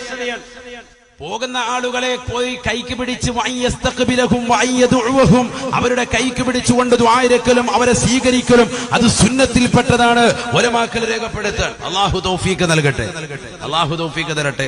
വഅയ്യസ്തഗ്ഫിറ ലഹും, ഞങ്ങൾക്ക് വേണ്ടി പാപമോചനത്തിന് അവരോട് അർത്ഥിക്കാൻ, ഞങ്ങൾക്ക് വേണ്ടി പൊറുക്കലിനെ തേടണേ എന്ന് അവരോട് ദ്വാരക്ക. അവരെങ്ങാനും ദ്വാരം നീട്ടിയാൽ രക്ഷപ്പെട്ടില്ലേ? കാരണം നബി സല്ലല്ലാഹു അലൈഹി വസല്ലം തങ്ങൾ പോലും ഉമർ ഇബ്നുൽ ഖത്താബ് തങ്ങൾ എന്ന സ്വഹാബി വര്യനോട് അള്ളാന്റെ റസൂൽ പോലും പറയാൻ, എന്റെ കാര്യം മറക്കല്ലേ ഉമറേ, ഓർമ്മ വെച്ചോണേ സയ്യിദുനാ റസൂലുള്ളാഹി. അപ്പൊ എളിമ വേണം ഹജ്ജിന് പോകുന്ന ആളുകളോട്. കാരണം ഹജ്ജ് ചെറുതല്ല. ഉംറയ്ക്ക് പോകുന്ന ആളുകളോട് നമ്മൾ വിനയം കാണിക്കണം. കാരണം ഉംറ ചെറുതല്ല, അത് നിസ്സാരമല്ല. അവരോട് നമ്മൾ ദുആ ചെയ്യിപ്പിക്കണം. ഈ ഒരു ശീലം ഇത് ഉലമാക്കൾ നമുക്ക് തർത്തീബായി കൊണ്ടുവന്നു. ഇത് അഹ്ലുസുന്നത്തി വൽ ജമാഅത്തിന്റെ അജയ്യരാകുന്ന പ്രവർത്തകർ അവരുടെ കുടുംബ അന്തരീക്ഷങ്ങൾ അത് നടത്തുന്നു. അവർ മൗലൂദ് നടത്തി റാഹത്തായ നിലയിൽ അവർ നല്ലൊരു യാത്രയപ്പ് നടത്തുന്നു. ഭക്ഷണം വെച്ച് കുടുംബാദികളെല്ലാം വിളിച്ച് ഒരു സ്നേഹക്കൂട്ടായ്മ അള്ളാഹു ഇത് നിലനിർത്തി തരട്ടെ. അതൊക്കെ വേണം. പക്ഷേ പൊരുത്തപ്പെടിക്കേണ്ട ആളുകളെ പോയി കണ്ട് പൊരുത്തപ്പെടിക്കണം. ഇല്ലെങ്കിൽ നീ ഹജ്ജ് ചെയ്തിട്ടും സ്വീകരിക്കില്ല. അതാണ് നേരത്തെ പറഞ്ഞ ഹദീസ്. അയൽവാസികളെ കാണണം, നിന്റെ കുടുംബത്തിൽപ്പെട്ടവരെ കാണണം. അല്ലാതെ ഞാൻ ഫുഡ് കൊടുത്തിട്ടുണ്ട് അവർ പൊരുത്തപ്പെട്ടിട്ടുണ്ടാകും, അത് പറ്റൂല. അവര് വീട്ടിൽ വന്നാലും ശരി അവരെ കണ്ട് മാറ്റി നിർത്തിയിട്ട് പറയണം, ദേ പണ്ട് ഞാൻ നിങ്ങൾ എന്തോന്ന് പറഞ്ഞിട്ടുണ്ട്, അത് മനസ്സിൽ വെച്ചേക്കരുത്, എന്റെ കാര്യങ്ങളൊക്കെ ഒന്ന് റാഹത്താക്കണം എന്ന് പറഞ്ഞ് അവരെ കൊണ്ട് പൊരുത്തപ്പെടിക്കണം. എങ്കിലത് സ്വീകരിക്കുകയുള്ളൂ. മുഹമ്മദ് റസൂലുള്ളാഹി. അള്ളാഹു തൗഫീഖ് തരട്ടെ, അള്ളാഹു തൗഫീഖ് തരട്ടെ. സഹോദരങ്ങളെ, അങ്ങനെ ഹജ്ജിന് പോയെങ്കിൽ മാത്രമേ അള്ളാഹു മഖ്ബൂലാക്കുകയുള്ളൂ. അങ്ങനെ പോകുന്ന ആളുകൾ വീട്ടിൽ നിന്ന് പുറപ്പെടുമ്പോൾ തന്നെ സുബ്ഹാനല്ലാഹ്, വീട്ടിൽ നിന്ന് ഇറങ്ങുമ്പോൾ തന്നെ മലക്കുകൾ ഇറങ്ങി വന്നിട്ട് വിളിച്ചു പറയും, നിന്റെ ഹജ്ജ് അള്ളാഹു സ്വീകരിച്ചിട്ടുണ്ട്. ഹജ്ജിന് വേണ്ടി പോകുന്ന ആളുകളുടെ ഏറ്റവും വലിയ ഷർത്ത് എന്ന് പറഞ്ഞാൽ, ഒന്നാമത്തെ നിബന്ധന ഉലമാക്കൾ പഠിപ്പിക്കുന്നത്, ഒരു 10-20 നിബന്ധനയുണ്ട്. സമയമില്ല നമുക്കിതൊക്കെ പറയാം, ഒരുപാട് വിഷയങ്ങൾ പഠിക്കേണ്ടതാണ്. സമയമില്ലാതായി പോലും നമുക്ക് ഒരുപാട് കാര്യങ്ങൾ പഠിക്കേണ്ടതാണ്. ഒന്നാമത്തെ നിബന്ധന ഉലമാക്കൾ പറഞ്ഞിട്ടുള്ളത്, ഹജ്ജാകട്ടെ ഉംറയാകട്ടെ അവൻ ഹലാലായ സമ്പാദ്യം ഒരുമിച്ച് കൂട്ടണം. അതുകൊണ്ട് പോവാൻ. അതുകൊണ്ടല്ലേ പഴയുള്ള ആളുകൾ അവര് ഹജ്ജിന് വേണ്ടി പോകുമ്പോഴും ഉംറയ്ക്ക് വേണ്ടി പോകുമ്പോഴും പള്ളി പണിയാൻ വേണ്ടി ഉദ്ദേശിക്കുമ്പോഴും ഒക്കെ അവര് പൈസ, നല്ല പൈസ, ആ പൈസ അവർ സൂക്ഷിച്ചു വെക്കാൻ, അതാണ് കൊടുക്കുക. ഇപ്പൊ നമുക്ക് വല്ല സൂക്ഷ്മതയുണ്ടോ? കുറച്ച് പരീക്ഷയുടെ പൈസ കിടപ്പുണ്ട്. സാധേ മദ്രസയുടെ പണി തീർക്കണ്ടേ, എന്നാ ബിസ്മില്ലാഹിർ റഹ്മാനിർ റഹീം നമ്മുടെ വകയായിരുന്നു കേട്ടോ. ആദ്യം 2 ലക്ഷം രൂപ ബാങ്കിൽ കിടന്ന പലിശ അതെടുത്തും കൊണ്ട് മദ്രസയ്ക്ക് കൊടുത്തു. മദ്രസ പഠിച്ച് അവിടെ പഠിച്ചിറങ്ങുന്ന പിള്ളേരൊക്കെ അള്ളാഹ് ഒന്നും നന്നാകുന്നില്ല. എന്താ കാര്യം? ഇത് പണിത് വെച്ച ഇത് ഈ കോലത്തിലായിരുന്നു. വളരെ ശ്രദ്ധിക്കണം, വളരെ ശ്രദ്ധിക്കേണ്ട വിഷയമാണ്. പലിശയുടെ പണം ഇട്ടിട്ട് ഒരു പണിയും ചെയ്യാൻ പാടില്ല. അത് ഹലാലായ കാര്യത്തിനാകട്ടെ ഹറാമിനാകട്ടെ ഒന്നിനും വിനിയോഗിക്കാൻ പാടില്ല. വളരെ ശ്രദ്ധിക്കേണ്ട ഒരു വിഷയം തന്നെയാണ്. പള്ളിക്ക് കൊടുക്കാൻ പറ്റും, മദ്രസയ്ക്ക് കൊടുക്കാൻ പറ്റും, പറ്റൂല. അതിനുവേണ്ടി നീ എത്ര പണം നീ ചെലവഴിക്കുന്നുണ്ടോ അതെല്ലാം ഹലാലായിരിക്കണം ഹജ്ജിന് വേണ്ടി ചെലവഴിക്കുന്നത്. അള്ളാഹു തൗഫീഖ് നൽകട്ടെ. ഹബീബായ റസൂലുള്ളാഹി സ്വല്ലല്ലാഹു അലൈഹി വസല്ലമ തങ്ങൾ പറയുകയാണ്, പരിശുദ്ധമാക്കപ്പെട്ട ഹജ്ജിന് വേണ്ടി പോകുന്നവരെ, പരിശുദ്ധമായ ഉംറയ്ക്ക് വേണ്ടി പോകാൻ നിയ്യത്ത് വെക്കുന്നവരെ, ഈ പരിശുദ്ധമായ ദുൽഹിജ്ജയുടെ മാസം കഴിഞ്ഞ് മുഹറം മുതൽ എത്രയെത്ര സഹോദരങ്ങളാണ് ഉംറയ്ക്ക് വേണ്ടി നിയ്യത്ത് വെച്ചിട്ടുള്ളത്. അതിനുവേണ്ടി പണമടച്ചുകൊണ്ട് കാത്തിരിക്കുന്ന പ്രിയപ്പെട്ട ഉമ്മ, അള്ളാഹുവിന്റെ റസൂലിന്റെ അധ്യാപനം ശ്രദ്ധിക്കണേ. ഹബീബായ നബി സല്ലല്ലാഹു അലൈഹി വസല്ലമ തങ്ങൾ പറയുകയാണ്, ഹജ്ജിന് വേണ്ടി നിയ്യത്ത് വെച്ചിട്ടുള്ളവരെ, ഉംറയ്ക്ക് വേണ്ടി നിയ്യത്ത് വെച്ചിട്ടുള്ളവരെ, ഹലാല് സമ്പാദിക്കണേ, ഹലാല് ഭുജിക്കണേ, ഹലാലാകുന്നത് കുടിക്കണേ. കാരണം നീ ഹജ്ജിന് വേണ്ടി വീട്ടിൽ നിന്ന് വലത് കാല് വെച്ചുകൊണ്ട് പുറത്തിറങ്ങുമ്പോ, നീ വീട്ടിൽ നിന്ന് പുറത്തിറങ്ങിയാലുടനെ തന്നെ അതാ യൻസിലുൽ മലായികതു മിനസ്സമാ, ആകാശലോകത്ത് നിന്ന് മലക്കുകൾ ഇറങ്ങുകയാണ്. മലക്കുകൾ ഇറങ്ങിക്കൊണ്ട് മലക്കുകൾ വിളിച്ചു പറയുകയാണ്, അവരെ ശബ്ദം ഉയർത്തിക്കൊണ്ട് വിളിച്ചു പറയുകയാണ്, ലബ്ബൈക വസഅദൈക. നീ യഥാ തൽബിയത്തിന്റെ വചനം ചൊല്ലിക്കൊണ്ട് വീട്ടിൽ നിന്ന് പുറത്തിറങ്ങുകയാണ്. ലബ്ബൈക അല്ലാഹുമ്മ ലബ്ബൈക ലബ്ബൈക ലാ ശരീക ലക ലബ്ബൈക ഇന്നൽ ഹംദ വന്നിഅമത ലക വൽ മുൽക് ലാ ശരീക ലക എന്ന മഹത്തായ തൽബിയത്തിന്റെ വചനം ചൊല്ലിക്കൊണ്ടിറങ്ങുന്ന സഹോദരാ, തൽബിയത്തിന്റെ വചനം കൊണ്ടിറങ്ങിക്കൊടുന്ന പ്രിയപ്പെട്ട സഹോദരി, നീ നിന്റെ വീട്ടിൽ നിന്ന് കാല് വെച്ച് പുറത്തേക്ക് ഇറങ്ങുമ്പോൾ തന്നെ അതാ നീ ഒരുമിച്ച് കൂട്ടിയ സമ്പത്ത് ഹലാലാണ് എങ്കിൽ, ഹലാല് മുഖേനയാണ് യാത്ര പോകുന്നതെങ്കിൽ, നിന്റെ വസ്ത്രം ഹലാലാണെങ്കിൽ, നിന്റെ ഭക്ഷണം ഹലാലാണെങ്കിൽ, അതാ മലക്കുകൾ വിളിച്ചു പറയുകയാണ്, ലബ്ബൈക വസഅദൈക ലബ്ബൈക വസഅദൈക. നിനക്കിതാ അല്ലാഹു ഉത്തരം ചെയ്തിരിക്കുന്നു, നിന്റെ ഹജ്ജ് അല്ലാഹു സ്വീകരിച്ചിരിക്കുന്നു. ഹജ്ജുക മഖബൂൽ ഹജ്ജുക മഖബൂൽ മൽബസുക ഹലാൽ വമതഅമുക ഹലാൽ വമശറബുക ഹലാൽ ലബ്ബൈക വസഅദൈക. അല്ലാഹു സഹോദരാ, നിനക്കിതാ ഉത്തരം ചെയ്തിരിക്കുകയാണ്, നിന്റെ ഹജ്ജ് അല്ലാഹു സ്വീകരിച്ചിരിക്കുകയാണ്. കാരണം നിന്റെ ഭക്ഷണം ഹലാലാണ്, നിന്റെ വസ്ത്രം ഹലാലാണ്, നിന്റെ കുടിനീര് ഹലാലാണ്. ഹലാലാണ്. നിന്റെ പ്രിയപ്പെട്ട മക്കൾക്ക് പോലും നീ ബാക്കിയാക്കിയിരിക്കുന്ന വസ്തുക്കൾ മുഴുവനും അത് ഹലാലാണ്, ഹലാലാണ്. ഹലാലിലൂടെ വീട് പണിതുയർത്തിയ സഹോദര, ഹലാലിലൂടെ മക്കൾക്ക് ഭക്ഷണം കൊടുത്ത സഹോദര, ഹലാലിലൂടെ ഭാര്യയ്ക്ക് പുടവ കൊടുത്ത സഹോദര, ഹലാലിലൂടെ മക്കളെ, കുടുംബത്തെ, മാതാപിതാക്കളെ അന്നം കൊടുത്ത പ്രിയപ്പെട്ട സഹോദര, ഹലാലിലൂടെ സമ്പാദിച്ചതാകുന്ന പണം കൊണ്ടുപോയി പരിശുദ്ധമായ ഹജ്ജിന് വേണ്ടി, കർമ്മത്തിന് വേണ്ടി കൊടുത്തിട്ടുള്ള പ്രിയപ്പെട്ട സഹോദര, പ്രൈവറ്റ് ആകട്ടെ, നീ ഗവൺമെന്റ് മുഖേനയാകട്ടെ, ഏത് തരത്തിലും ഹജ്ജിന് വേണ്ടി പോയാൽ പണം വേണ്ടയോ, പണം വേണ്ടയോ, അതിനുവേണ്ടി ഒരുമിച്ച് കൂട്ടുന്നതാകുന്ന പണം ഹലാലാകണേ, ഹലാലാകണേ. ഇന്നാരാണിത് ശ്രദ്ധിക്കുന്നത്? ജനങ്ങളുടെ മുന്നിൽ പത്രാസ് കാണിക്കാൻ വേണ്ടി എന്റെ പ്രിയപ്പെട്ട കൂട്ടുകാരൻ ഹജ്ജിന് വേണ്ടി, എന്റെ പ്രിയപ്പെട്ട സഹോദരൻ ഹജ്ജിന് വേണ്ടി പോയി, എന്റെ പ്രിയപ്പെട്ട കൂട്ടുകാർ, അയൽവാസികൾ ഹജ്ജിന് വേണ്ടി പോയിട്ടുണ്ട്.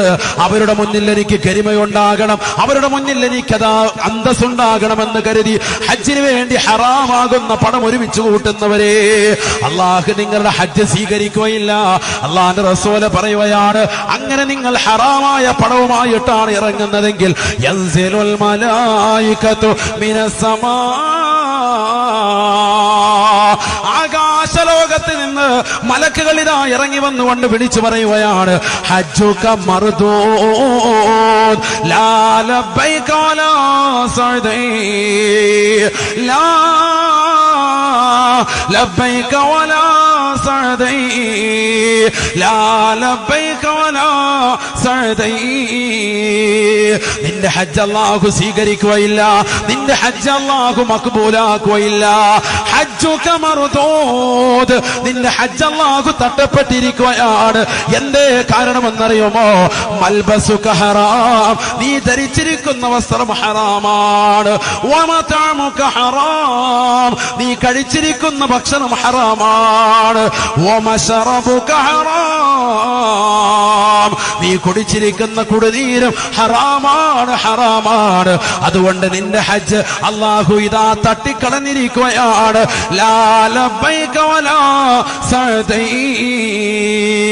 നിന്റെ ഹജ്ജ് അല്ലാഹു സ്വീകരിച്ചിട്ടില്ല, നിന്റെ ഹജ്ജ് അല്ലാഹു മഖ്ബൂലാക്കിയിട്ടില്ല. വീട്ടിൽ നിന്ന് പുറത്തിറങ്ങുമ്പോ തന്നെ മലക്ക് പറഞ്ഞു കഴിഞ്ഞു.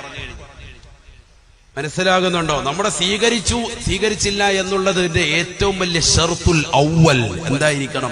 ഹലാലായിരിക്കണം.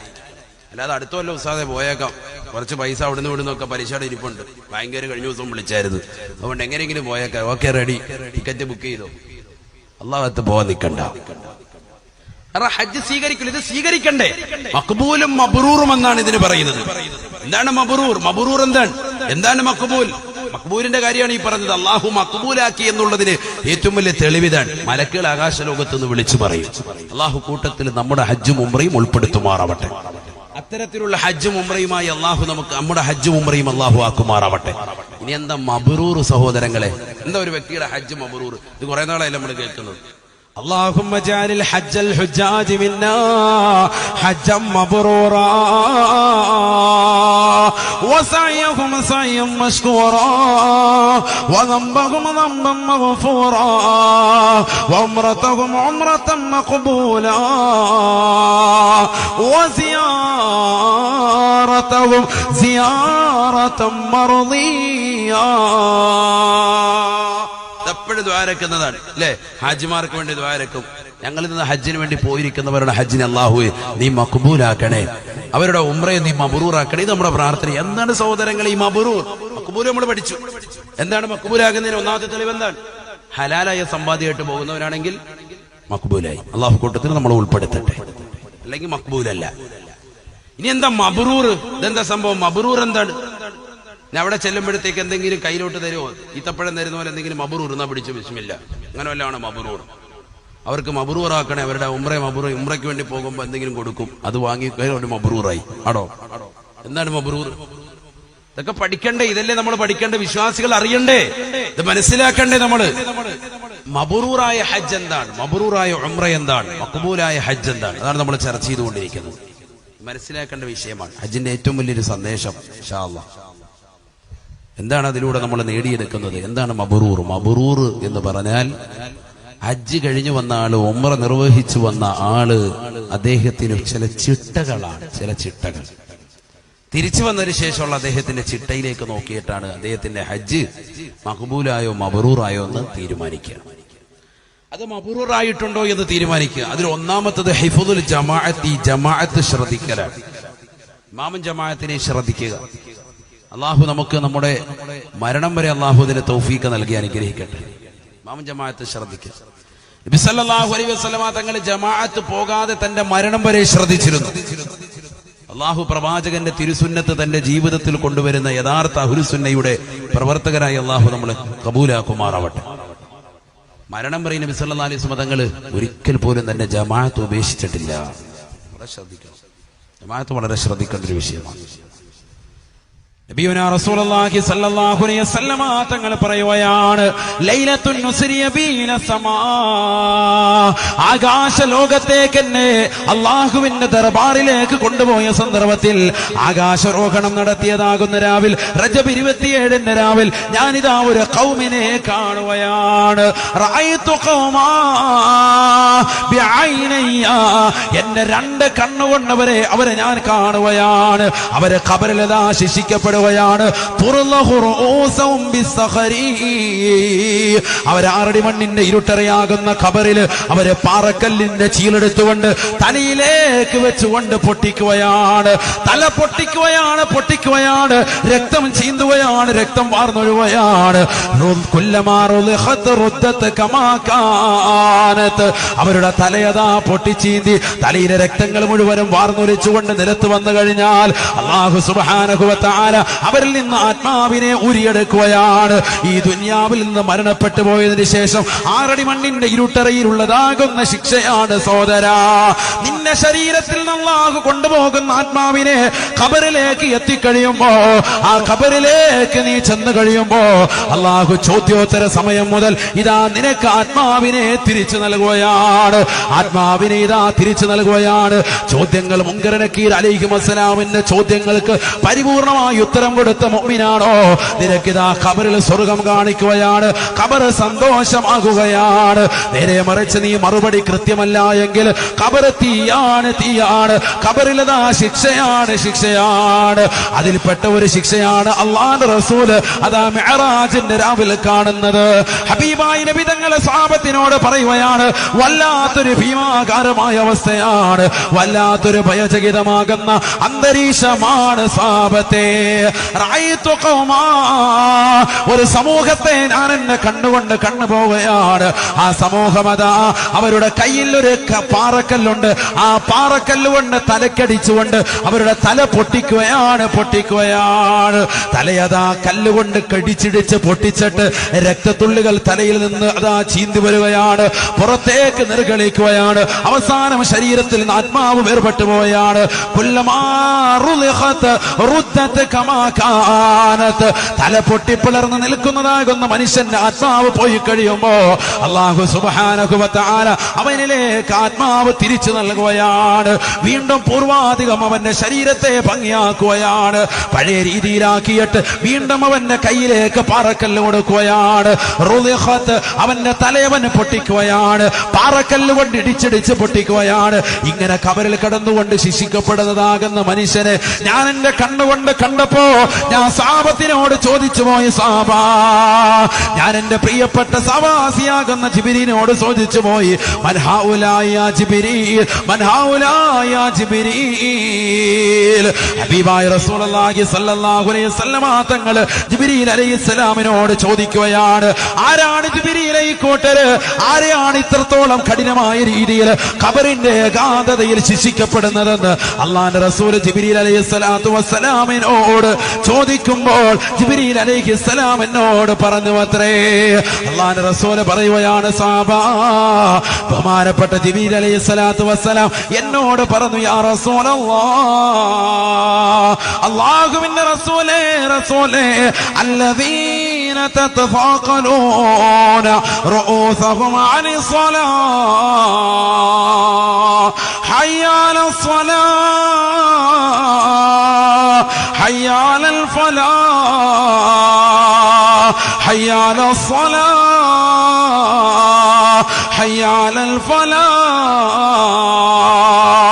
നമസ്കാരത്തിലേക്ക് വരൂ, വിജയത്തിലേക്ക് വരൂ എന്ന് അള്ളാന്റെ പള്ളിയിൽ നിന്ന് ശ്രവണ സുന്ദരമായ ബാങ്കൊലികൾ കർണപുടത്തിലെ കലിയൊലി കൊണ്ടിട്ട് പോലും ആ ബാങ്ക് വിളിക്ക് ഉത്തരം കൊടുക്കാത്ത ആളുകളാണ്. അല്ലദീന തതഫാഖലൂന റൂസുഹും അനിസ്സലാ, നമസ്കരിക്കാതെ പുതച്ചുകൂടി മുറങ്ങുന്ന പ്രിയപ്പെട്ട സഹോദര, ജമാഅത്തിനെ അശ്രദ്ധ പതിപ്പിക്കുന്ന പ്രിയപ്പെട്ട സഹോദര, ചിന്തിക്കണേ ചിന്തിക്കണേ.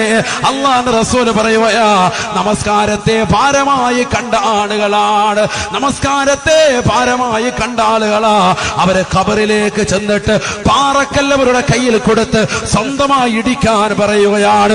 ഇടിക്കാതിരുന്നാൽ മലക്കുകൾ, അതാ ശിക്ഷയുടെ മലക്കുകൾ ഖബറിലേക്ക് ഇറങ്ങി വന്നുകൊണ്ട് അദാബിന്റെ മലക്കുകൾ ആ പാറക്കല്ലെടുത്ത് രണ്ട് ഭാഗത്ത് നിന്ന് കൂട്ടിയിടിക്കുകയാണ്, തല പൊട്ടിച്ചിതറുകയാണ്, അങ്ങനെ രക്തം ചീന്തിക്കൊണ്ട് മരണപ്പെടുകയാണ്. ഏറ്റവും വലിയ ശിക്ഷയാണ്, ശിക്ഷയാ.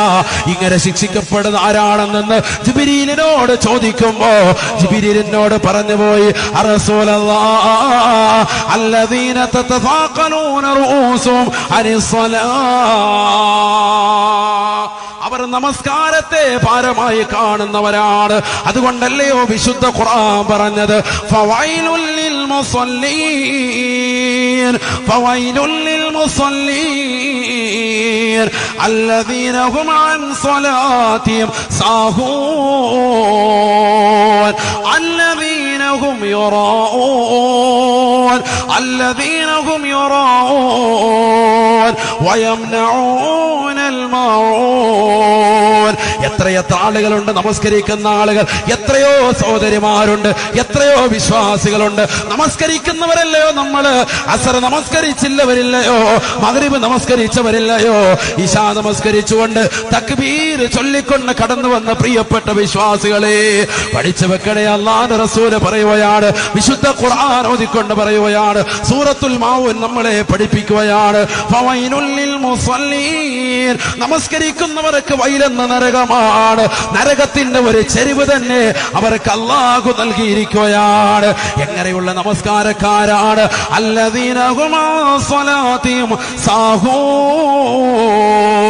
നമസ്കാരത്തെ അശ്രദ്ധ വെക്കുന്നവരാണ്, നമസ്കാരത്തെ ഗൗനിക്കാത്തവരാണ്. ഹജ്ജിന് വേണ്ടി പോയി വന്ന ഉമ്മയാണ്, ഉംറ നിർവഹിച്ചു വന്നതാകുന്ന സഹോദരനാ. പക്ഷെ അള്ളാന്റെ പള്ളിയിൽ നിന്ന് ബാങ്ക് വിളിക്കുമ്പോ ഇതിനേക്കാൾ വലിയ പള്ളിയിൽ പോയിട്ട് വന്നവനല്ലയോ ഞാൻ? കാബയുടെ ചാരത്ത് നിന്ന് നമസ്കരിച്ചവരല്ലയോ? ഈ തൈക്കാവിലേക്ക് പോയി, ഈ നിസ്കാര പള്ളിയിലേക്ക് പോയി ജമാഅത്തിന് പങ്കെടുക്കാൻ എനിക്ക് കഴിയില്ല, എനിക്കത് ഇഷ്ടമില്ല എന്ന് പറഞ്ഞ് വീട്ടിലിരിക്കുന്ന പ്രിയപ്പെട്ട സഹോദരേ, അല്ലദീന തതഫാഖലൂന റൂസുഹും അനിസ്സലാ, നമസ്കാരത്തെ ഭാരമായി കാണുന്നവർ ഖബറിൽ ശിക്ഷിക്കപ്പെടുകയാണ്, ഖബറിൽ അടങ്ങേറാക്കപ്പെടുകയാണ്. അല്ലാഹു കാത്തിരക്ഷിക്കട്ടെ, അല്ലാഹു കാത്തിരക്ഷിക്കട്ടെ. അപ്പൊ അതുകൊണ്ട് ഹജ്ജിന് വേണ്ടി പോകുന്ന വ്യക്തിയുടെ ഹജ്ജ് അത് മബ്റൂറായോ എന്ന് നോക്കേണ്ടത് എവിടെയാണ്? നേരെ പള്ളി വരുന്നുണ്ട് നോക്കിയാൽ മതി. ഇല്ലെങ്കിൽ മനസ്സിലാക്കണം, വിശേഷമൊന്നുമില്ല, പൈസയൊക്കെ പോയി, ഫായിദ ഒന്നുമില്ല, പള്ളി വരുന്നില്ലെങ്കിൽ ഖലാസ് പോയി. അല്ലാഹു കാത്തിരക്ഷിക്കട്ടെ. വളരെ ശ്രദ്ധിക്കണം. ജമാഅത്ത് പോലെ തന്നെയാണ് പുരുഷന്മാർക്ക് ഇന്തിളാറു സ്വലാത്തി ബഅദ സ്വലാ, ഇതൊക്കെ പ്രത്യേക സുന്നത്തല്ലേ? ഇതൊക്കെ ആര് ശ്രദ്ധിക്കുന്നു? ഒരു ജമാഅത്ത് കഴിയുമ്പോ അടുത്ത ജമാഅത്തിന് എന്ത് ചെയ്യുക? പ്രതീക്ഷിക്കുക. അത് കൂലിയാണ്, വലിയ കൂലിയാണ്. ഇപ്പൊ സുബഹി നമുക്ക് പ്രതീക്ഷയാണ് അല്ലെ? രാവിലെ സുബഹി നിസ്കരിക്കണം, അതായിരിക്കണം മോമിന്റെ മനസ്സിൽ. അല്ലാതെ വേഗം മൂല്യരം വന്നു കഴിഞ്ഞാൽ അല്ലാതെ വേഗം വേഗം കിടന്ന് ഉറങ്ങിയാൽ മതി, രാവിലെ ബീഫ് അടിക്കാനുണ്ടേ, അതാകരുത് നമ്മുടെ നിയ്യത്ത്. മനസ്സിലായില്ലേ? നമ്മുടെ നിയ്യത്ത് എന്താകണം? മോമിനിന്റെ മനസ്സിൽ എപ്പോഴും എന്തായിരിക്കണം? ഈ അടുത്ത ജമാഅത്ത്, അള്ളാഹു അടുത്ത രാവിലെ സുബഹിക്ക് വരണം, പള്ളിയിൽ വരണം അല്ലേ? നിയ്യത്തില്ല എല്ലാവർക്കും. അള്ളാഹു തൗഫീഖ് തരട്ടെ. സമയം കഴിഞ്ഞ് ഇനിയിപ്പോ ദുആയിലേക്ക് കടക്കും. അള്ളാഹു തൗഫീഖ് തരട്ടെ. ഇന്തിളാറു സ്വലാത്തി ബഅദ സ്വലാ, ഒരു നമസ്കാരം കഴിഞ്ഞ് അടുത്ത നമസ്കാരത്തെ പ്രതീക്ഷിക്കുക. അതൊരു മോമിനിന്റെ ഏറ്റവും വലിയ അടയാളമാണ്. അങ്ങനെ വേണം ഹാജി, അങ്ങനെ വേണം ഹജ്ജുമ്മ. അപ്പൊ ഇതൊക്കെ കൊണ്ടാണ് അവരുടെ ഹജ്ജ് മബ്റൂറായോ മഖ്ബൂലായോ എന്നുള്ളത് തിരിച്ചറിവ് നമുക്കുണ്ടാവുക. മൂന്നാമത്തത്, സുബഹി കഴിഞ്ഞ് അവർ ഉറങ്ങത്തേ ഇല്ല. സുബഹി കഴിഞ്ഞ് അവർ ഉറങ്ങത്തേ ഇല്ല. ഹാജിയെ സംബന്ധിച്ചിടത്തോളം, ഹജ്ജുമ്മയെ സംബന്ധിച്ച് ഇല്ലെങ്കിൽ അതുപോലത്തെ ക്ഷീണമായിരിക്കണം. അഥവാ ക്ഷീണമുണ്ടെങ്കിൽ തന്നെ ഒരു ഉദയത്തിന് ശേഷം എന്ത് ചെയ്യുള്ളൂ? ഉറങ്ങുകയുള്ളൂ.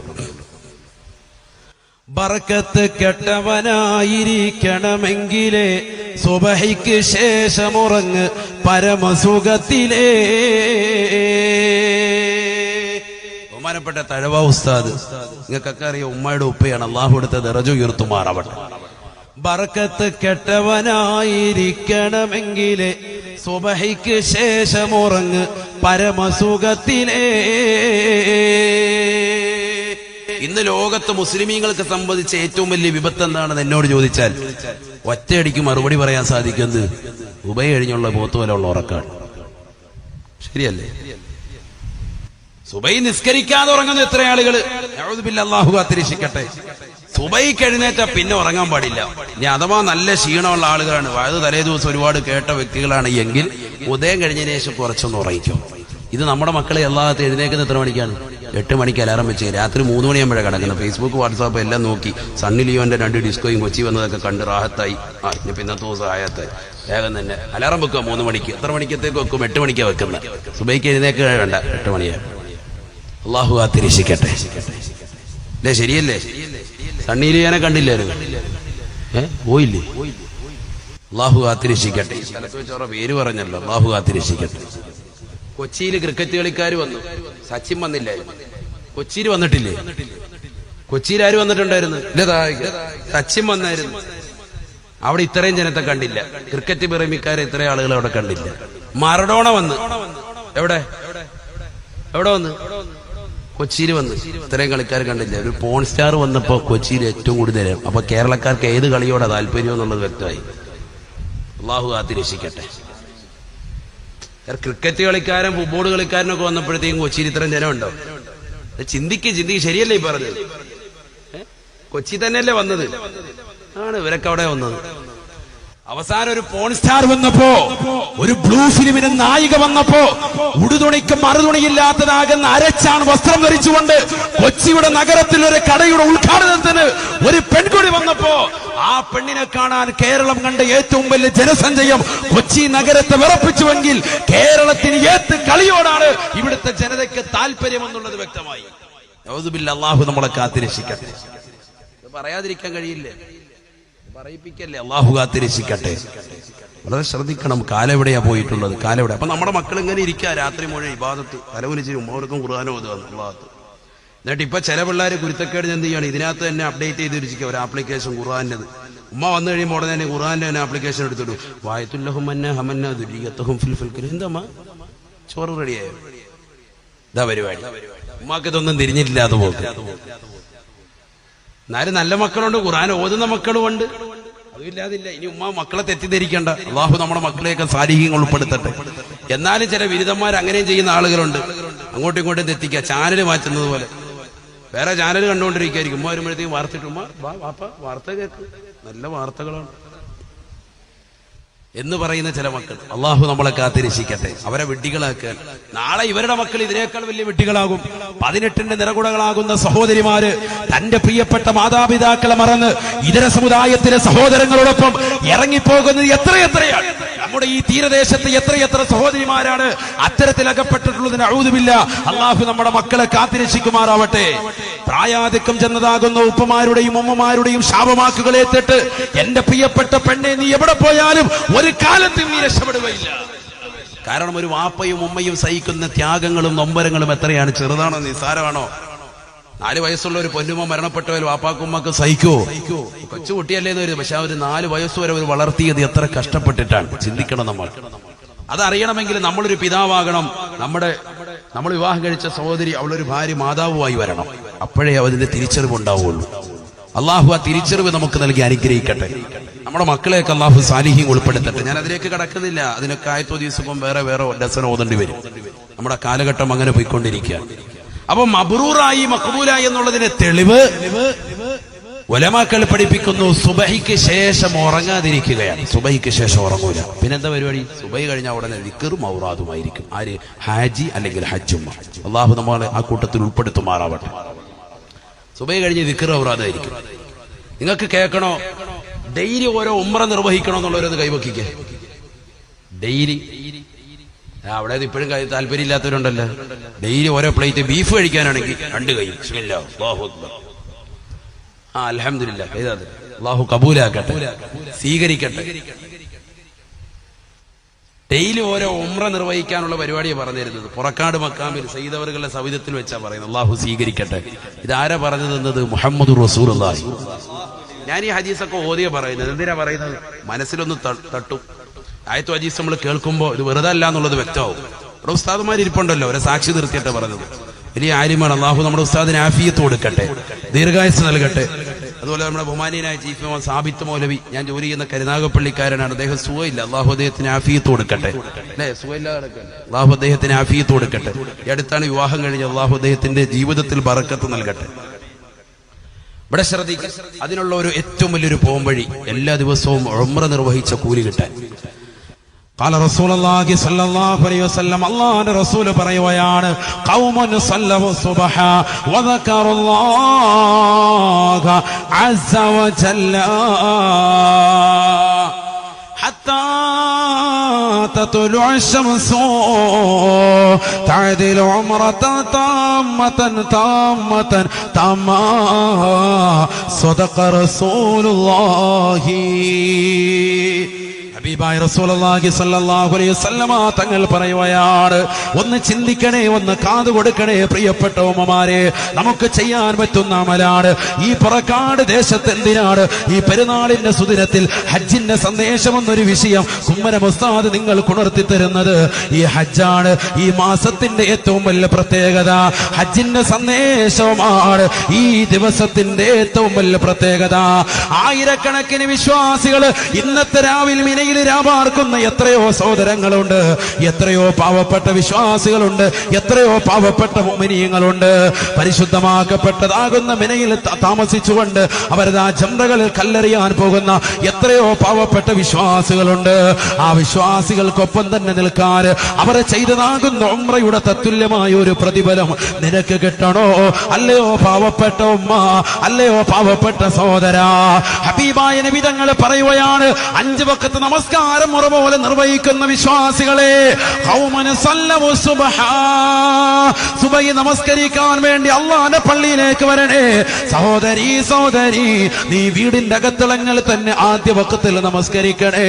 നമസ്കാരം കഴിഞ്ഞതിന് ശേഷം വദക്കറുല്ലാഹ അസ്സ വജല്ല, ഈ ലോകത്തിന്റെ സംരക്ഷകനായ സർവാധിപതിയായ പടച്ച റബ്ബിന് വേണ്ടി ദിക്ർ ചൊല്ലുകയാണ്, സുബ്ഹാനല്ലാഹ് ചൊല്ലുകയാണ്, അൽഹംദുലില്ലാഹ് ചൊല്ലുകയാണ്.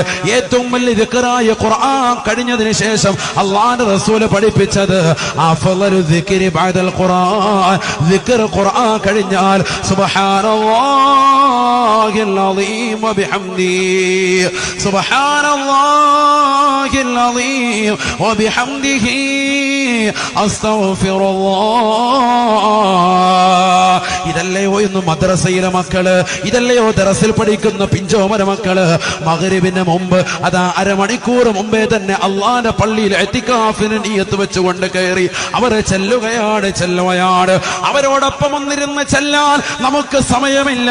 അവർ ചെല്ലിയില്ലെങ്കിൽ അതിന് കുറ്റം കണ്ടെത്തുന്ന സമൂഹമേ, നമുക്കും ഒന്ന് ചെല്ലിക്കൂടെയോ? സുബ്ഹാനല്ലാഹി വബിഹംദിഹി, സുബ്ഹാനല്ലാഹിൽ അളീം വബിഹംദിഹി അസ്തഗ്ഫിറുല്ലാഹ്. ഇങ്ങനെ എത്രയെത്ര ദിക്റുകളാണ്, എത്രയെത്ര സന്തോഷകരമാകുന്ന ദിക്റുകളാണ്. മൂസാ നബി അലൈഹിസ്സലാത്തു വസ്സലാമിന് അല്ലാഹു നൽകിയ ദിക്ർ ലാ ഇലാഹ ഇല്ലല്ലാഹ് അല്ലയോ? അല്ലാഹുവിന്റെ റസൂൽ ആ ദിക്റിനെ പറ്റി പറഞ്ഞില്ലയോ? അഫ്ളലു മാ ഖുൽതു വന്നബിയൂന മിൻ ഖബ്ലി ലാ ഇലാഹ ഇല്ലല്ലാഹ്. ഞാനും എനിക്ക് മുമ്പുള്ള സർവ്വ പ്രവാചകന്മാരും 313ഓളം മുർസലീങ്ങളും അടക്കം 1,24,000 പ്രവാചകന്മാരും അടക്കം എല്ലാവരും ചൊല്ലിയതാകുന്ന ദിക്റുകളിൽ ഏറ്റവും ശ്രേഷ്ഠമായതെന്നറിയുമോ? അത് ലാ ഇലാഹ ഇല്ലല്ലാഹ് മുഹമ്മദുർ റസൂലുള്ളാഹ്. ആ പരിശുദ്ധമാക്കപ്പെട്ട ദിക്റാണ്. ആ ദിക്ർ നമുക്ക് ചൊല്ലിക്കൂടെയോ? പ്രവാചകന്റെ മേലുള്ള സ്വലാത്ത് നമുക്ക് ചൊല്ലിക്കൂടെയോ? എത്രയോ ഇസ്തിഗ്ഫാർ വ്യാപാരം നമുക്ക് അധികരിപ്പിക്കാം. അതിലൂടെ നമ്മുടെ കച്ചവടം തകരാറിലായി കടന്ന കച്ചവടം അത് ഡെവലപ്പ് ചെയ്യാൻ അത് നിദാനമല്ലയോ, നിമിത്തമല്ലയോ? സാമ്പത്തികമായി പിന്നോക്കം നിൽക്കുന്ന സഹോദര, നിനക്കതാ ലാ ഹൗല ചൊല്ലിക്കൂടെയോ? അങ്ങനെ ദിക്റുകൾ സുബഹി കഴിഞ്ഞ് ചെല്ലുന്നതാകുന്ന സഹോദരി, അല്ലാഹുവിന്റെ പള്ളിയിൽ ജമാഅത്തായി നമസ്കരിക്കാൻ സുബഹിക്ക് വന്നതാകുന്ന സഹോദരൻ തന്റെ പ്രിയപ്പെട്ട കൊച്ചുമകനെ, ഉറങ്ങുന്ന പിഞ്ചോമന മകനെ വിളിച്ചുണർത്തുകയാണ്. 10 വയസ്സ് കഴിഞ്ഞ മകനാണ്. +2 പഠിക്കുന്ന മക്കളുണ്ട്. ആ മക്കളെ വിളിച്ചുണർത്തുകയാണ്. 10ാം ക്ലാസ്സിൽ പഠിക്കുന്ന മകനുണ്ട്, 7ാം ക്ലാസ്സിൽ പഠിക്കുന്ന മകനുണ്ട്. അവന്റെ ആഖിറം രക്ഷപ്പെടണമെന്നുള്ള ലക്ഷ്യം വെച്ചുകൊണ്ട് അവനെ വിളിച്ചുണർത്തിക്കൊണ്ട് അല്ലാഹുവിന്റെ പള്ളിയിലേക്ക് ജമാഅത്തിന് വേണ്ടി പോകുന്ന പ്രിയപ്പെട്ട ഓപ്പ, സുബഹി കഴിഞ്ഞുകൊണ്ട് ദിക്റിലും സ്വലാത്തിലുമായി ഉദയം വരെ നിങ്ങൾ ഇരുന്നാൽ ഉദയ സമയം വരെ ദിക്ർ ചൊല്ലിയാൽ തഅദിലു ഉംറതൻ താമതൻ താമതൻ തമാ. പണമില്ലാത്തവർക്ക്, പവറില്ലാത്തവർക്ക്, ശാരീരികമായി അസ്വസ്ഥതയുള്ളതാകുന്ന സഹോദരങ്ങൾ, പരിശുദ്ധമാകുന്ന മക്ക എനിക്കൊരിക്കൽ പോലും കാണാൻ അല്ലാഹുവേ എനിക്ക് നീ തൗഫീഖ് നൽകിയില്ലല്ലോ എന്ന് പറഞ്ഞുകൊണ്ട് വീടിന്റെ അകത്തളങ്ങളിൽ പൊട്ടിക്കരയുന്ന പ്രിയപ്പെട്ട പെണ്ണേ, വീടിന്റെ അകത്തളങ്ങളിൽ കരഞ്ഞു തീർക്കുന്ന പ്രിയപ്പെട്ട സഹോദര, നീ വിഷമിക്കേണ്ട. ഈ പുറക്കാട് ദേശത്ത് കുടിലിൽ കഴിയുന്ന സഹോദര, നിനക്ക് വേണ്ടി റസൂലുള്ള പറയുകയാണ്, കാരുണ്യത്തിന്റെ കരസ്പർശം കൊണ്ട് മാലോർദ്ദങ്ങളെ മദീനയിലേക്ക് മാടി വിളിച്ച അഷ്റഫുൽ ഖൽഖ് മുഹമ്മദ് മുസ്തഫ സല്ലല്ലാഹു അലൈഹി വസല്ലമ തങ്ങൾ പറഞ്ഞു തരുകയാണ്, തഅദിലു ഉംറതൻ താമതൻ താമതൻ തമാ. പരിപൂർണമായ ഉംറ നിർവഹിച്ച പ്രതിഫലം സുബഹി നമസ്കാരം ജമാഅത്തിന് വന്നുകൊണ്ട് ഉദയം വരെ ദിക്ർ ചൊല്ലിയവർക്കുണ്ടെന്ന് ഹബീബുനാ റസൂലുള്ളാഹി സല്ലല്ലാഹു അലൈഹി വസല്ലം. ആര് ശ്രദ്ധിക്കുന്നു? സുബഹി കഴിയാൻ കാത്തിരിക്കുക, ചാടി എഴുന്നേറ്റ് അല്ലാഹു ചാടി പോവാൻ. വെളിയിൽ പോയി 2 ഗ്ലാസ് ചായ കുടിക്കുക. ആ ചായക്കടക്കാരന്റെ വീട്ടിലിരിക്കുന്ന കടയിരിക്കുന്ന സമയമെങ്കിലും പള്ളിയിലിരുന്നെങ്കിൽ നിനക്ക് സുഖമായിട്ട് ഉംറ നിർവഹിച്ച ഊരിയിട്ടിയ. കടയിൽ പോയിട്ട് മുസ്ലിയാരെ ബനായും മസാലും പറഞ്ഞ് കുറച്ച് പച്ചക്കറിയൊക്കെ തിന്നുകൊണ്ട് പോവാൻ. അല്ലാഹു കാത്തിരക്ഷിക്കട്ടെ. അതുകൊണ്ട് എന്ത് വേണം?